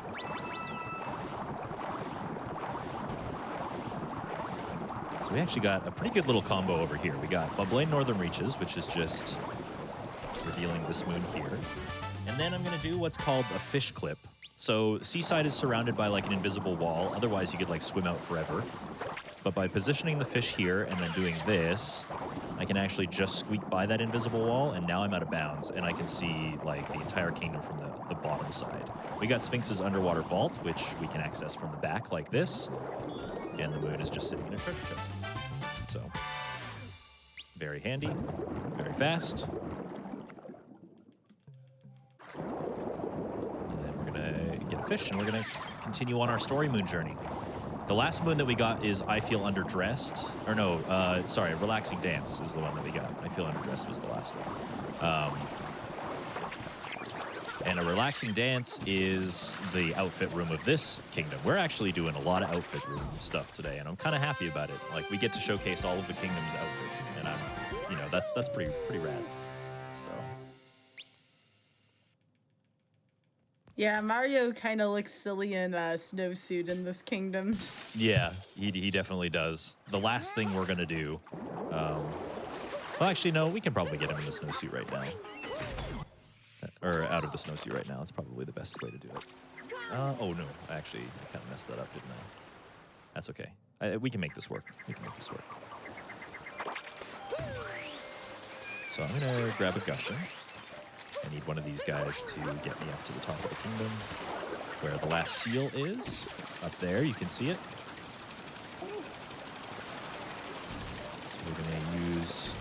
These guys have like a height maximum. You can see that like he doesn't want to go any higher than this, but you can reset that and make it a little bit higher by landing on land that's higher than that. So now he can get all the way up here.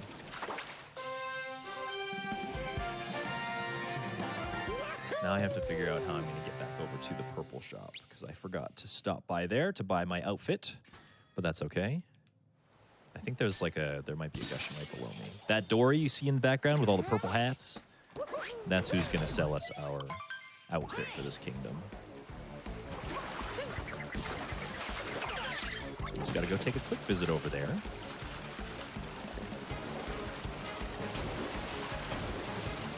I don't know if I can actually... This is... Oh, I see. We're in the boss fight, so I actually can't do that yet. Interesting. Oh, no, you're over here. How did you get over here? I'm very confused.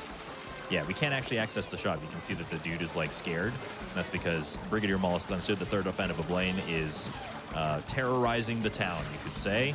So we have to go take care of him first. Not a big deal. So this boss fight is actually really interesting. It's pretty straightforward. He does the same thing every time. But if we know what that thing is, we can manipulate this boss. And we can basically, like, prepare ourselves to be in the place that he's going to stop and get hit. And if we do that 3 times, if we do that so many times that we stop him over by the hot springs over here, he's going to do something a little bit weird. So I'm going to line myself up right here. Spray his head. He's going to get hit, and then he's going to actually do the clipping this time. He's going to clip through the wall, and that saves quite a bit of time. Otherwise, he would go all the way around the hot springs like a normal octopus probably would in his situation. But because we predicted where he was going to be, the boss kind of gets confused and just clips directly through the middle of the hot springs. And then we're able to finish the fight right away.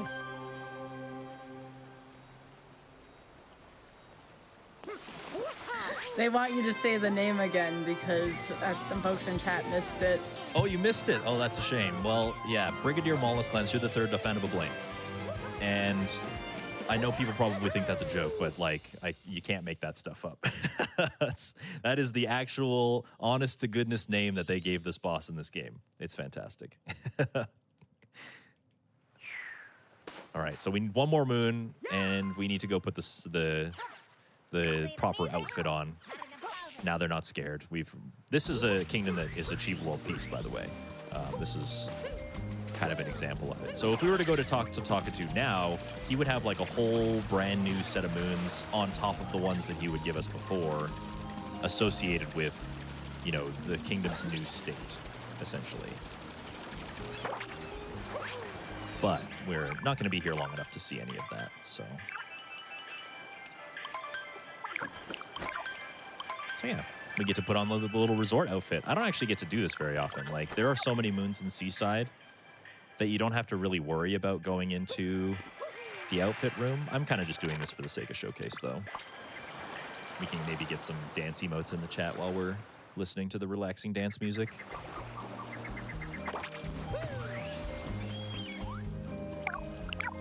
Unfortunately, I think there is a way to clip in here, but I think it's also one of those like weird ones where even if you do clip inside, nothing happens. Like the loading zone isn't there until you open the door, which is too bad. So we just get to kind of vibe out, you know?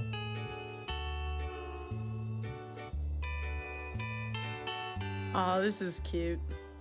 Isn't it great?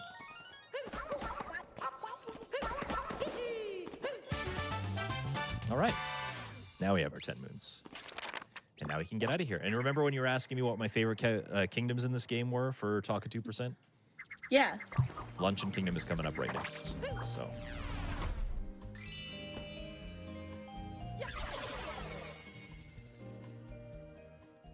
Now this kingdom is really interesting. This whole concept of like the kingdom changing states as you move through it is very, very important in this one. So the halfway point of this kingdom, you're supposed to like, you beat a boss and then you get another story moon along the way. And then there's a multi-moon in the middle of this kingdom for just like getting into the soup pot for the first time. But once you do that, the soup pot like erupts because there's a volcano and the volcano like erupts. And the eruption changes the way this kingdom looks. It like, it tries to lead you in the direction of the rest of the kingdom, I guess. And we don't want that to happen, because Taka 2 exists in the center square in town.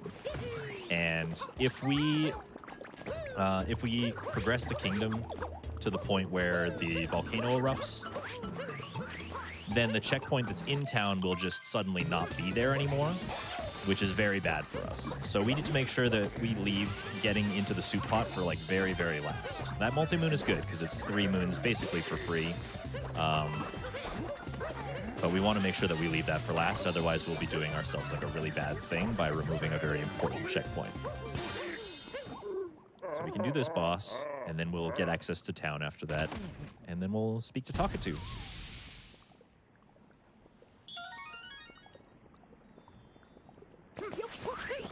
Oops, there we go. This is another kingdom where I'm going to be casually picking up some purple coins just in case we get those outfit moons.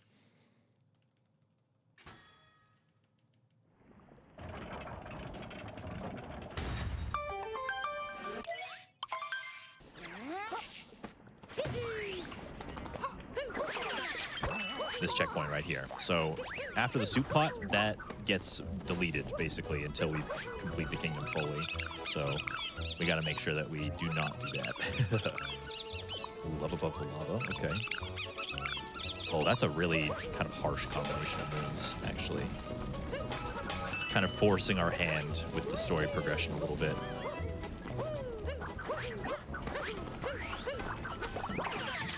But that's okay. We're going to go ahead and do that.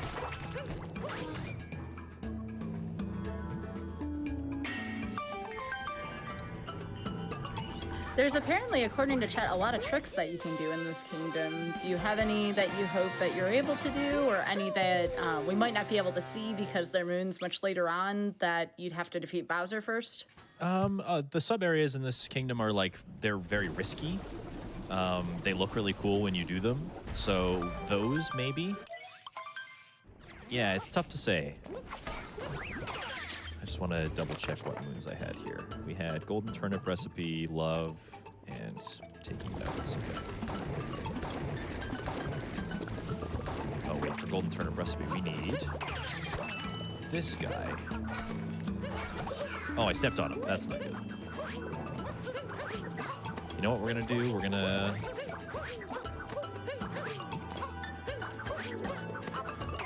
get this checkpoint. Oops. This is the checkpoint right on the meat plateau. The meat is kind of where you go to get into the soup pot, so that checkpoint's really good because we can come back later. This sub area here is one that I know a lot of people struggle with casually. because this is one of those sub areas that takes Cappy away from you. So your ability to like save yourself if you're going kind of in the wrong direction is stripped away from you here.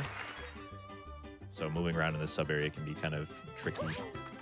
I wonder if that's a nod to Sunshine when you would get Flood taken away from you for going into secret areas. A little bit, yeah. I've always thought that the sub areas were kind of a nod to the secret levels in Sunshine. The same concept, basically, is like you're pulling yourself away from the main world to do like a challenge on the side.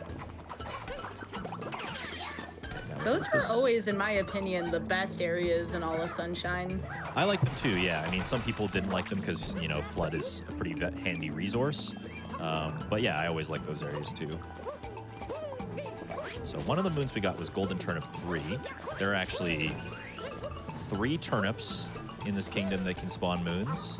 And they're like all over the place. I have to be very careful not to throw this in any lava or anything. That's fine.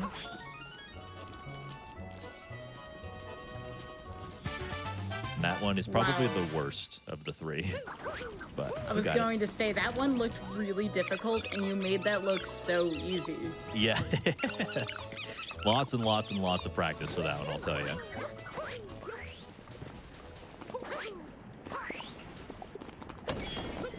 Okay, so this one... This is another sub-area. I was kind of hoping that it would give me the other moon in this sub-area, because this one is kind of... takes a long time. But not too long.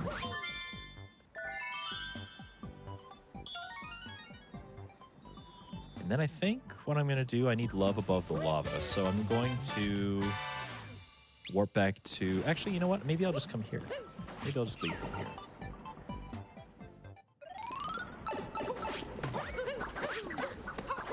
Love above the lava is a bit of a weird one. If we did this later, we could... are there Goombas? I think there's supposed to be Goombas around here, right? Oh no, it's not. Is it here yet? Yeah, okay, there's the Goomba lady. So when you come back in like a post-peace state, when you've completed the kingdom, there are lots of Goombas around. There they are. There are like lots of Goombas around, including some like on the roof that I was looking and stuff. But we have to grab these ones instead. Take one bit of a journey. Across the corn cob. Do a little momentum jump, I guess, with the Goombas. The Goombas are very susceptible to momentum. You can do some like really crazy jumps with them. It's too bad we don't use them as much, but...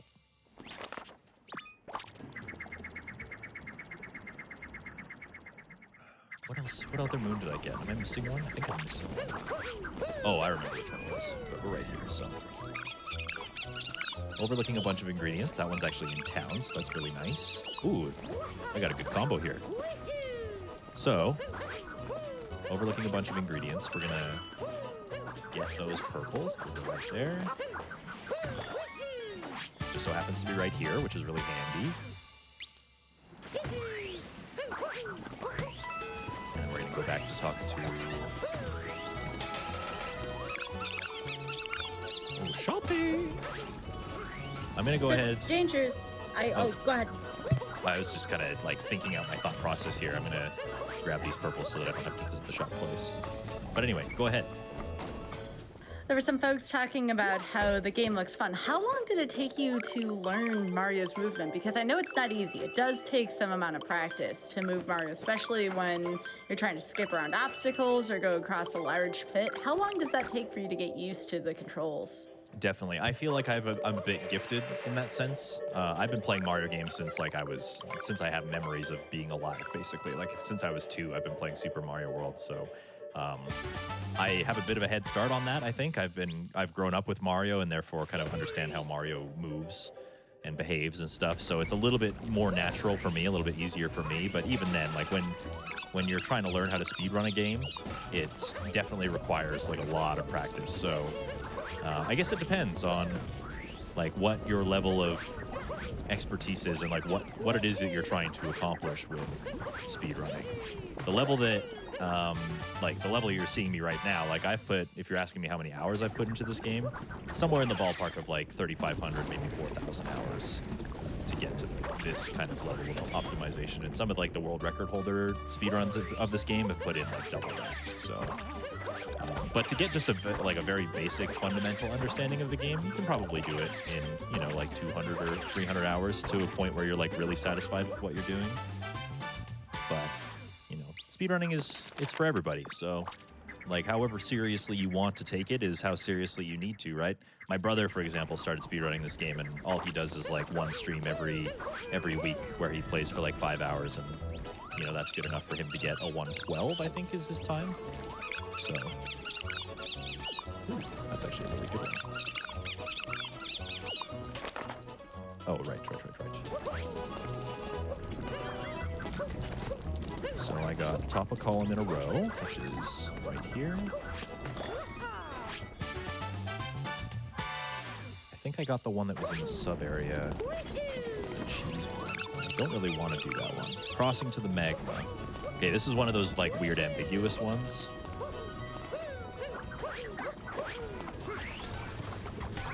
So I have to be very careful not to grab the wrong one. So the first sub area we're gonna do, and I'm just gonna double check. Climb the cheese rocks. Okay, so that's actually the better of the two.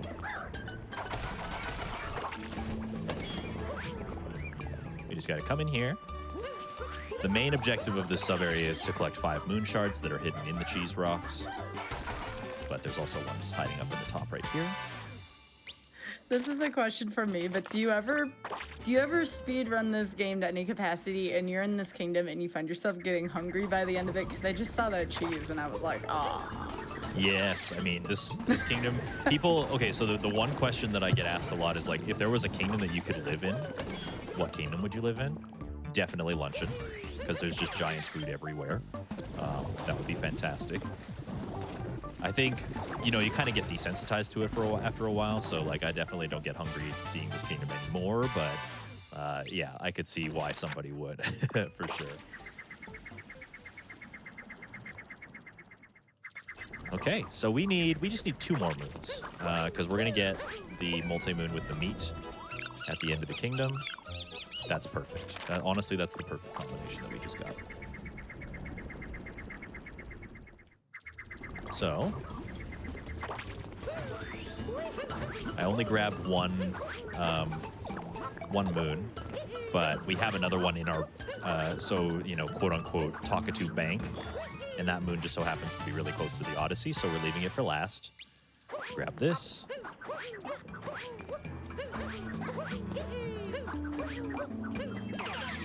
Here. Capture the meat, which I always thought was a really fun capture. And then there's just this multi-moon sitting here. We can grab it and be on our way. Now, this is the multi-moon that we grab, and it like drastically changes the kingdom. Like it takes away our town checkpoint. It changes the geography of the kingdom, so the kingdom looks completely different. Like it was very important for us to leave this for very last because traversing the kingdom just got a lot harder now that we've done that. You can see there's like a big rock wall where the town is. Yeah, we were trying to avoid that. Well, I actually have this cheese here that I can use instead. So this was the moon we had in our bank was piled on the salt, so now we can just leave. And we're all good to go.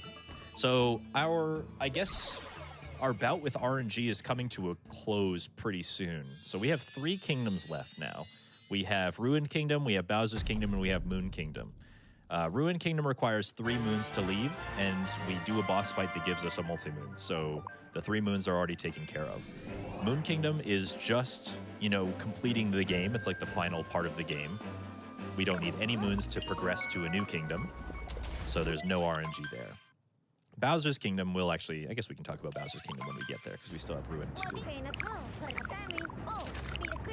But our Talkatoo travels, our Talkatoo adventures are coming to an end pretty soon here, and it's just going to be like finishing up the game at this point.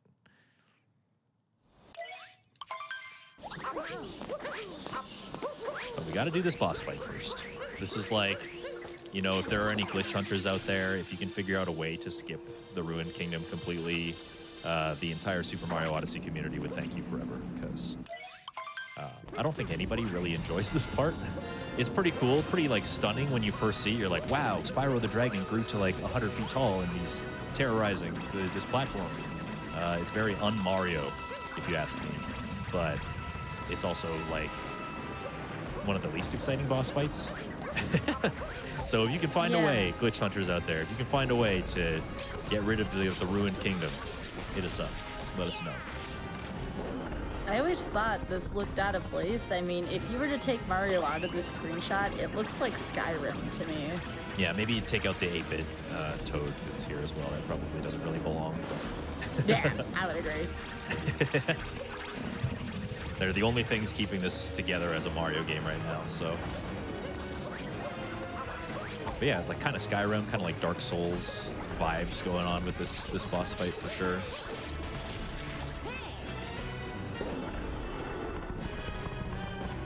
I'm seeing a question. So the idea of Talkatoo%, I'm going to answer this question because I think it's a really good one. The idea of Talkatoo for this speedrun that we're doing is just any percent, right? Like we're just getting the minimum amount of moons that we need to get from the start to the finish.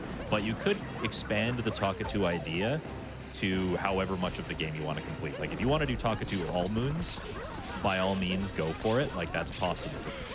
You'll run into some other pitfalls. Like I said, a lot of the moons like to come in pairs. So when you do the mini games, you sometimes will get given like the harder version of the mini game before the easier version, which can be a snag. But there's nothing really stopping you from like using Talkatoo to get all of the moons that you wanted. In fact, that's a speedrun that I've done in the past before.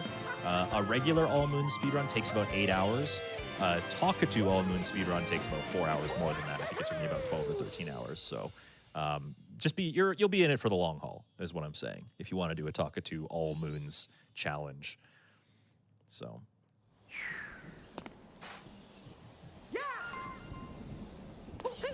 All right, so that's Ruined Kingdom. We got the boss out of the way. Again, no RNG elements in that at all. It's just kind of, we have to do it in every single playthrough of the game. And now we're going to go to Bowser's Kingdom. And now, if you've ever played a Mario game of the last, like, probably 15 to 20 years, they like to do this bait and switch thing where the game is like, okay, yes, you're arriving at Bowser's homeland, and this is the final challenge of the game, and, like, you better prepare yourself because this is, you know, your toughest challenge yet. And then they, like, bait and switch you, and it's like, actually, that was the second to last challenge. You still have one more thing to do. This game is no exception. So when we start out this kingdom, the hollowed out circles that you see in the top left-hand corner of the screen, they're actually gone. And that's because the game is like, this is your final challenge. This is like the last thing you're supposed to do. Like your final boss fight is coming up. Like you don't really need to progress any further. And then they go, psych, actually you do. So we as speedrunners know that you need 8 moons to leave this kingdom. 6 of those moons are going to be story moons. And typically, when you do a speedrun of this game, you're going to be collecting 2 moons along the way on your way up. But Talkatoo doesn't appear in this kingdom until after you've completed the main story elements. So basically, we're going to be doing like one sprint to the end, doing all of the story stuff along the way, and then we warp back up to the top of the kingdom to talk to Talkatoo for 2 more moons so that we can leave. So that'll be our last little bout of RNG, and it'll be right at the end of this kingdom. But lucky for us, the story elements of this kingdom are actually pretty cool, I would say. Especially this one coming up, this moon coming up here. I'm going to try and go for all the hard stuff. If it works out, I mean, great. It's been working out for us so far. We'll just have to see. Absolutely. We have plenty of time too, Danger, so feel free to do a couple risky things if you want to here.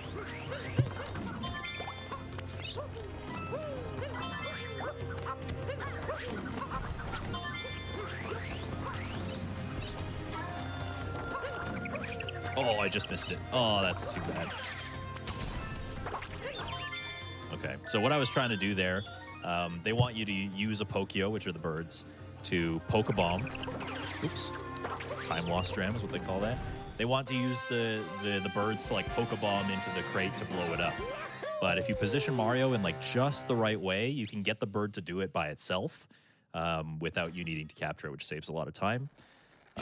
Just missed it, just barely, but that's not too bad. The rest of the movement for those shards was really good, so I'm not going to complain about that. bombs.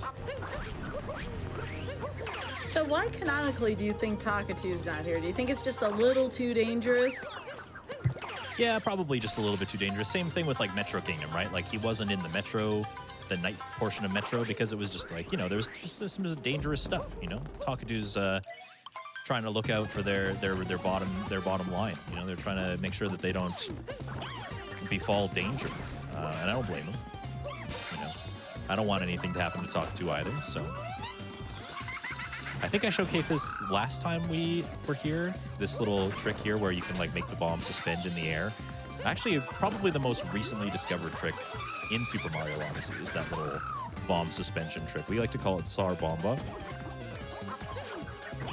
which is a very dramatic name for, you know, a silly little bomb trick, but saves about 2 seconds from just doing the boss fight regularly.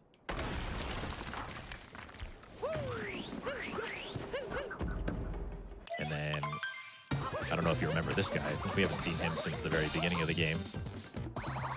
He's still kind of a pushover, just as he was before. A lot of people don't know that like all of these bunny fights have some sort of way to continue the phases faster. Like in this case, if you knock 2 hats off of his head, he'll go into like a spinning attack, and you can jump him while he's doing that. And then when he gets in his hats and like the hats are like bouncing around the arena, if you step on the right one right away, you can kind of continue the fight really fast. So that's our last regular story moon, I think. We have 3, yeah. So then the last 3 that we need are just from the final boss of Bowser's Kingdom. So we're basically just doing a mad dash to get to the top of the kingdom.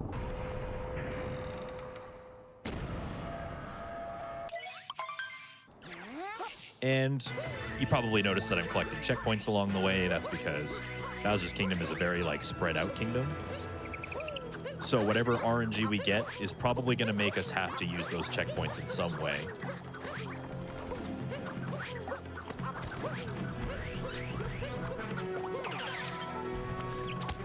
So it'll be important to make sure that we have some sort of reference, some sort of place that we can warp to, so that no matter what we get, it won't be too far away from the checkpoint that we're grabbing.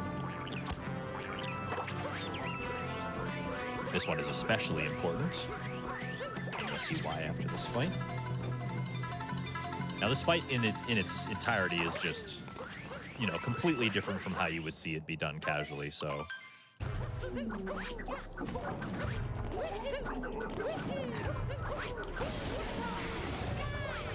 We can first hit, get on top. Second hit, very nice.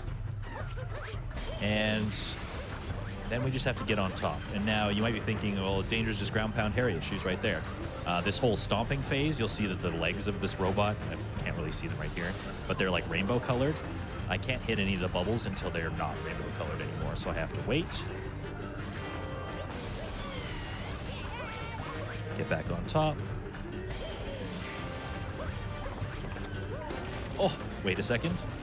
Oh, you bumped me off. That's too bad. I like just missed my ground pound, but that's okay. Almost a perfect fight. It's very, very close. This looks like one of the bosses from Splatoon where you have to do something similar. You know, I haven't actually played Splatoon. Is that a crime? I think that probably is a crime. I feel like that's a game I should play. I wouldn't say it's a crime. I would recommend maybe playing like campaign and a little bit of Splatoon 2 before 3 comes out if it interests you, but yeah, that's fair. I would recommend it. Yeah, I think I played Splatoon like a little bit. I played Splatoon the same way that I played Call of Duty, which was ignore the campaign and just play online for a little bit, but oh yeah, that's me. Sometimes that, you know, you kind of have to be like decent at a game like that to enjoy it if you're going to do that. Otherwise, you just kind of get your butt kicked. So that was my Splatoon experience, because I'm not much of a shooting game person, so.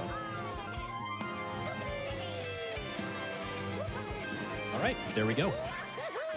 It's all done. We've got all of our story moons, and this is where the game reveals to us, in a cutscene anyway, that like Bowser's flown off into space, and we still need to power up our Odyssey to go to one more location, and so those hollowed out circles are going to return. And so we need Takatu's help, as it turns out.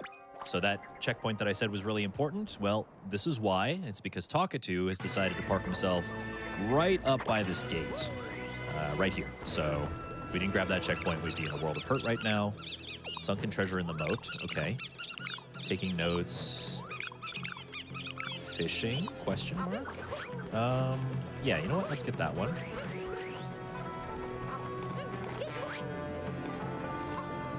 So this is Lakitu.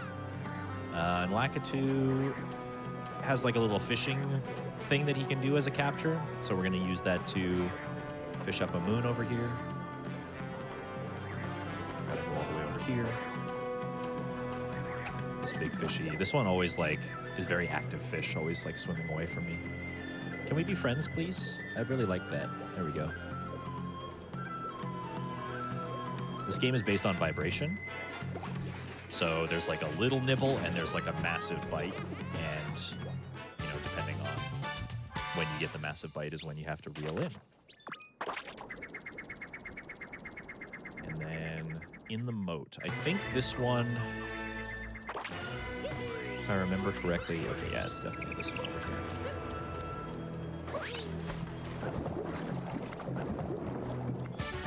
And that's it. That's all. 124 moons, and we are finished collecting moons in this playthrough of Super Mario Odyssey. 124 is the minimum amount of moons that you need to beat the game in any capacity. So we've done it. Now all we have to do is just Moon Kingdom the regular way, and then we'll be good to go. What's our time looking like? 1:46 right now. Okay, yeah, that sounds about reasonable, yeah. So we'll be done in like probably another 6 minutes or so. I'm not gonna mercy kill your run if you go over 2 here. That's the other show, Dangers. Yeah, that's a good point. That's a good point. No danger here. No danger here. Oh, goodness. Did you want to talk about what else you do on your stream as well for folks who this may be their first time encountering your content? Sure, why not? I would love to. Thank you for the opportunity. So what I do is mostly Mario speedrunning, and I think people enjoy the cozy late night vibes that I have. Because I usually start streaming around like 7 p.m. Eastern and I go until whenever I feel like it. A lot of the content has been focused on Galaxy lately. We just got top 15 in Luigi Any %, so I was switching gears and starting to do 120 star a little bit. So if you want to watch that journey kind of start to unfold, Galaxy is like a really great game for speedrunning. It's pretty slow paced in general. There's lots of like waiting around in cutscenes, but when you do end up playing the game, you just like break it wide open and it's just super fun to exploit. So right up my alley, in case you haven't noticed. So yeah, come check it out. I also obviously run Odyssey a lot, not as much on my channel, but you know, that's the kind of content you can expect is like Mario speedrunning. My main goal being to learn a lot of the Mario speedruns over time. So this kingdom is supposed to have like a victory road, is what I call it. It's that moon cave. That's the exit that we're passing up right now. And you can kind of just do that jump right there that I did to skip past that entire lava cavern. That saves about 3 minutes, and it was discovered like the day the game came out. Like we knew that we could skip that cave as soon as this game came out. So if you do start speedrunning, like that's the first thing you should learn. Even if you miss it like 20,000 times, you're still going to be faster than if you go through the cave. And now we just have to worry about Bowser one more time. This fight is very similar to the one in Cloud Kingdom. We just kind of get up in his face and then punch him, avoid his tail. The difference here being is that in between his hat phases, he's going to spit fire at us. And it's very intimidating, as you can see, big wall of fire. But it's actually really easy to avoid. Like I can, yeah, that one I missed because I rolled too early. But you can actually like just roll right over it. Like it's not very scary at all. Just rinse and repeat until it's over. Now the whole like gimmick of capturing things in this game and using enemies' abilities to your advantage, like kind of all leads up to this moment in the game. Like I don't know about you, Sky, but when I saw that the ending that this game had, I was like, oh, it's all been leading up to this, hasn't it? Like, I'm so excited that you get to be Bowser. Yeah, I was always thinking about what would happen if you took over Bowser, and then suddenly I saw it happen. I haven't gotten to this point in my own playthrough, but I saw it happen, and I'm like, oh, that's so cool. But let's face it, the real start of this game is the music, especially in the last fight, like in the last fight. Oh, totally, yeah, when you get to the very, very end. Yeah. We're definitely going to need some dance emotes in the chat when we get there. Yeah, so Bowser's kind of conked out. We're going to help him out by possessing him. We don't really talk about like the moral implications of this video game very much because we live in a fantasy world in the Mushroom Kingdom. So, but anyways, we're going to be Bowser for a little bit, and the whole point of being Bowser is just to traverse this this underground part while the moon is exploding on itself. There is one more trick, and this is the hardest trick in the game. So if I get this one, I will pop off, just letting you guys know. Let's see if I can do it.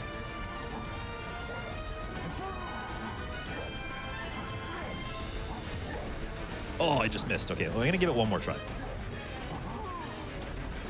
One more.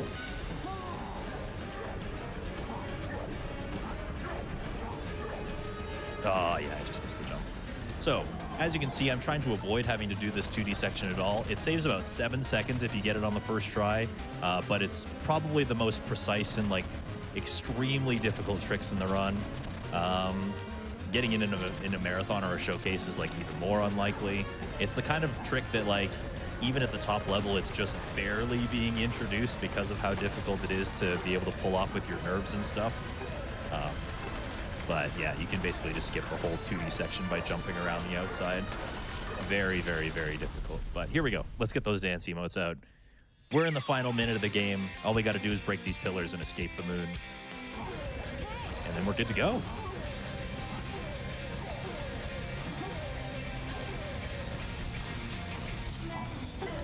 Oh, my fireballs are not doing very good. There we go.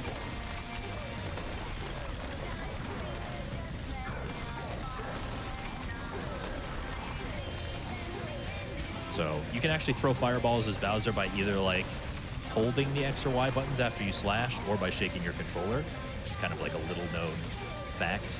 And that helps make this section a little bit faster so you don't have to like run all the way up to those pillars and scratch them.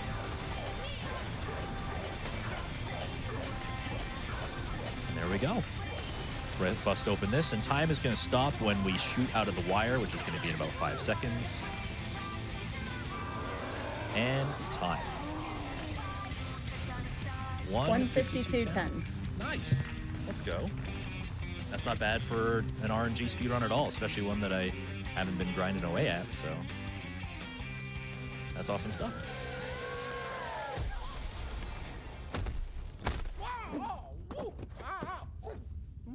The bird was relatively nice to me today. It was actually kind of a mixed bag. It was like there was some stuff that Talkatoo gave me that I didn't really like. If you saw it and you were trying to get like a really good time, you'd be like, oh man. But the fact that I got to showcase a whole bunch of stuff makes up for it. So yeah, pretty good RNG so far in this run.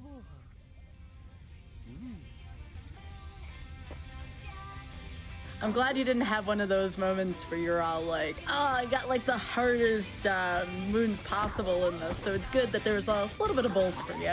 Yeah, I mean, we did get a handful of really difficult ones, and even some of the ones where I was like, oh, how did we have to do this? Like the treasure made from coins in Wooded Kingdom, but like, you know, even when it's a showcase like this, for me, there's obviously nerves and stuff, right? Everybody has nerves when they come on and do, you know, showcases and stuff like that, but there's no pressure to be the best. There's no pressure to go the fastest, you know? I love these showcases because you guys get to see what this game is made of. You get to see all of the little tips and tricks and things that make this game as fun as it is to play, and I hope that you at least kind of see it for how I see it, I guess, when I do these showcases. That's the whole goal for me, so I just have a lot of fun. Well, we're really happy to have you on here, Dangers, and would you care to talk about a little bit more of some of the things that you may be doing coming up here on GDQ Hotfix? Oh, absolutely, yeah. So I've been fortunate enough that some other GDQ Hotfix show runners have decided to invite me on. Coming up this Saturday, in fact, Matt Lackey's show, Games Done Classic, is going to be taking a look at some Super Mario Odyssey speedruns that have been done at GDQ events in the past, and I've been invited on as kind of a panel member to talk about those runs with him, so that'll be really exciting. I think we have Bayleaf, who did a darker side run at one of the earlier GDQs for Super Mario Odyssey. I think Fur is saying yes. There might be a couple others. I'm not entirely sure on the details, but I'll be here again on Saturday. And then on Monday, Nuclear Reaction is actually premiering her brand new show called No Categories Left Behind, where the show kind of focuses on some like meme or like some bonus categories that aren't really in the spotlight. So we're not talking like any percent, we're talking like all sub areas is what I'm going to be doing actually for Super Mario Odyssey. So if you want to see how, all the sub areas that you saw in this run, we're going to be doing a speed run where we do every single one of the sub areas that exist in the game as fast as we possibly can. So that show is really, really cool because it's going to be focusing on categories that people don't usually get to see very often. So I'm super, super honored to be able to premiere that show with Nuclear Reaction on Monday. So. Any other last-minute shout-outs, Dangers? Absolutely. Super Mario Odyssey community. Check them out. You can find them at speedrun.com/SMO. On that page, you can click on the Discord. If you have any interest in speedrunning this game at all, there is literally hundreds of people that are willing to teach you and guide you along the way. This is probably one of the most accessible speed games. If you are on the fence, like I always say, speedrun the game that you love, but if you're on the fence and you don't know where to start, this is a really good place to do it because it's very easy to get into and the resources that are available are like unlimited. So a fantastic community. I can't speak any more highly of them than I do in words anyway. So check it out. We'd love to have you. Well, speaking of which, Dangers, it was lovely to have you here running Talkatoo. I really, really enjoyed this. I actually think this may be my favorite category to watch for that reason. So thanks for introducing me to it. I'll definitely check this out, especially if you stream it anytime soon. So, folks, again, one last time, please follow Dangers. That's twitch.tv/Dangers, especially for those of y'all watching on YouTube here. Thank you so much for being here and watching it. However, speaking of GDQ Hotfix programming, I'm going to be back tomorrow evening with Mercy Kill at 7 p.m. Eastern. But tonight, we are not done yet. So we are going to be having Aimbot very soon, right after this wellness break. Don't go anywhere, folks. Take care.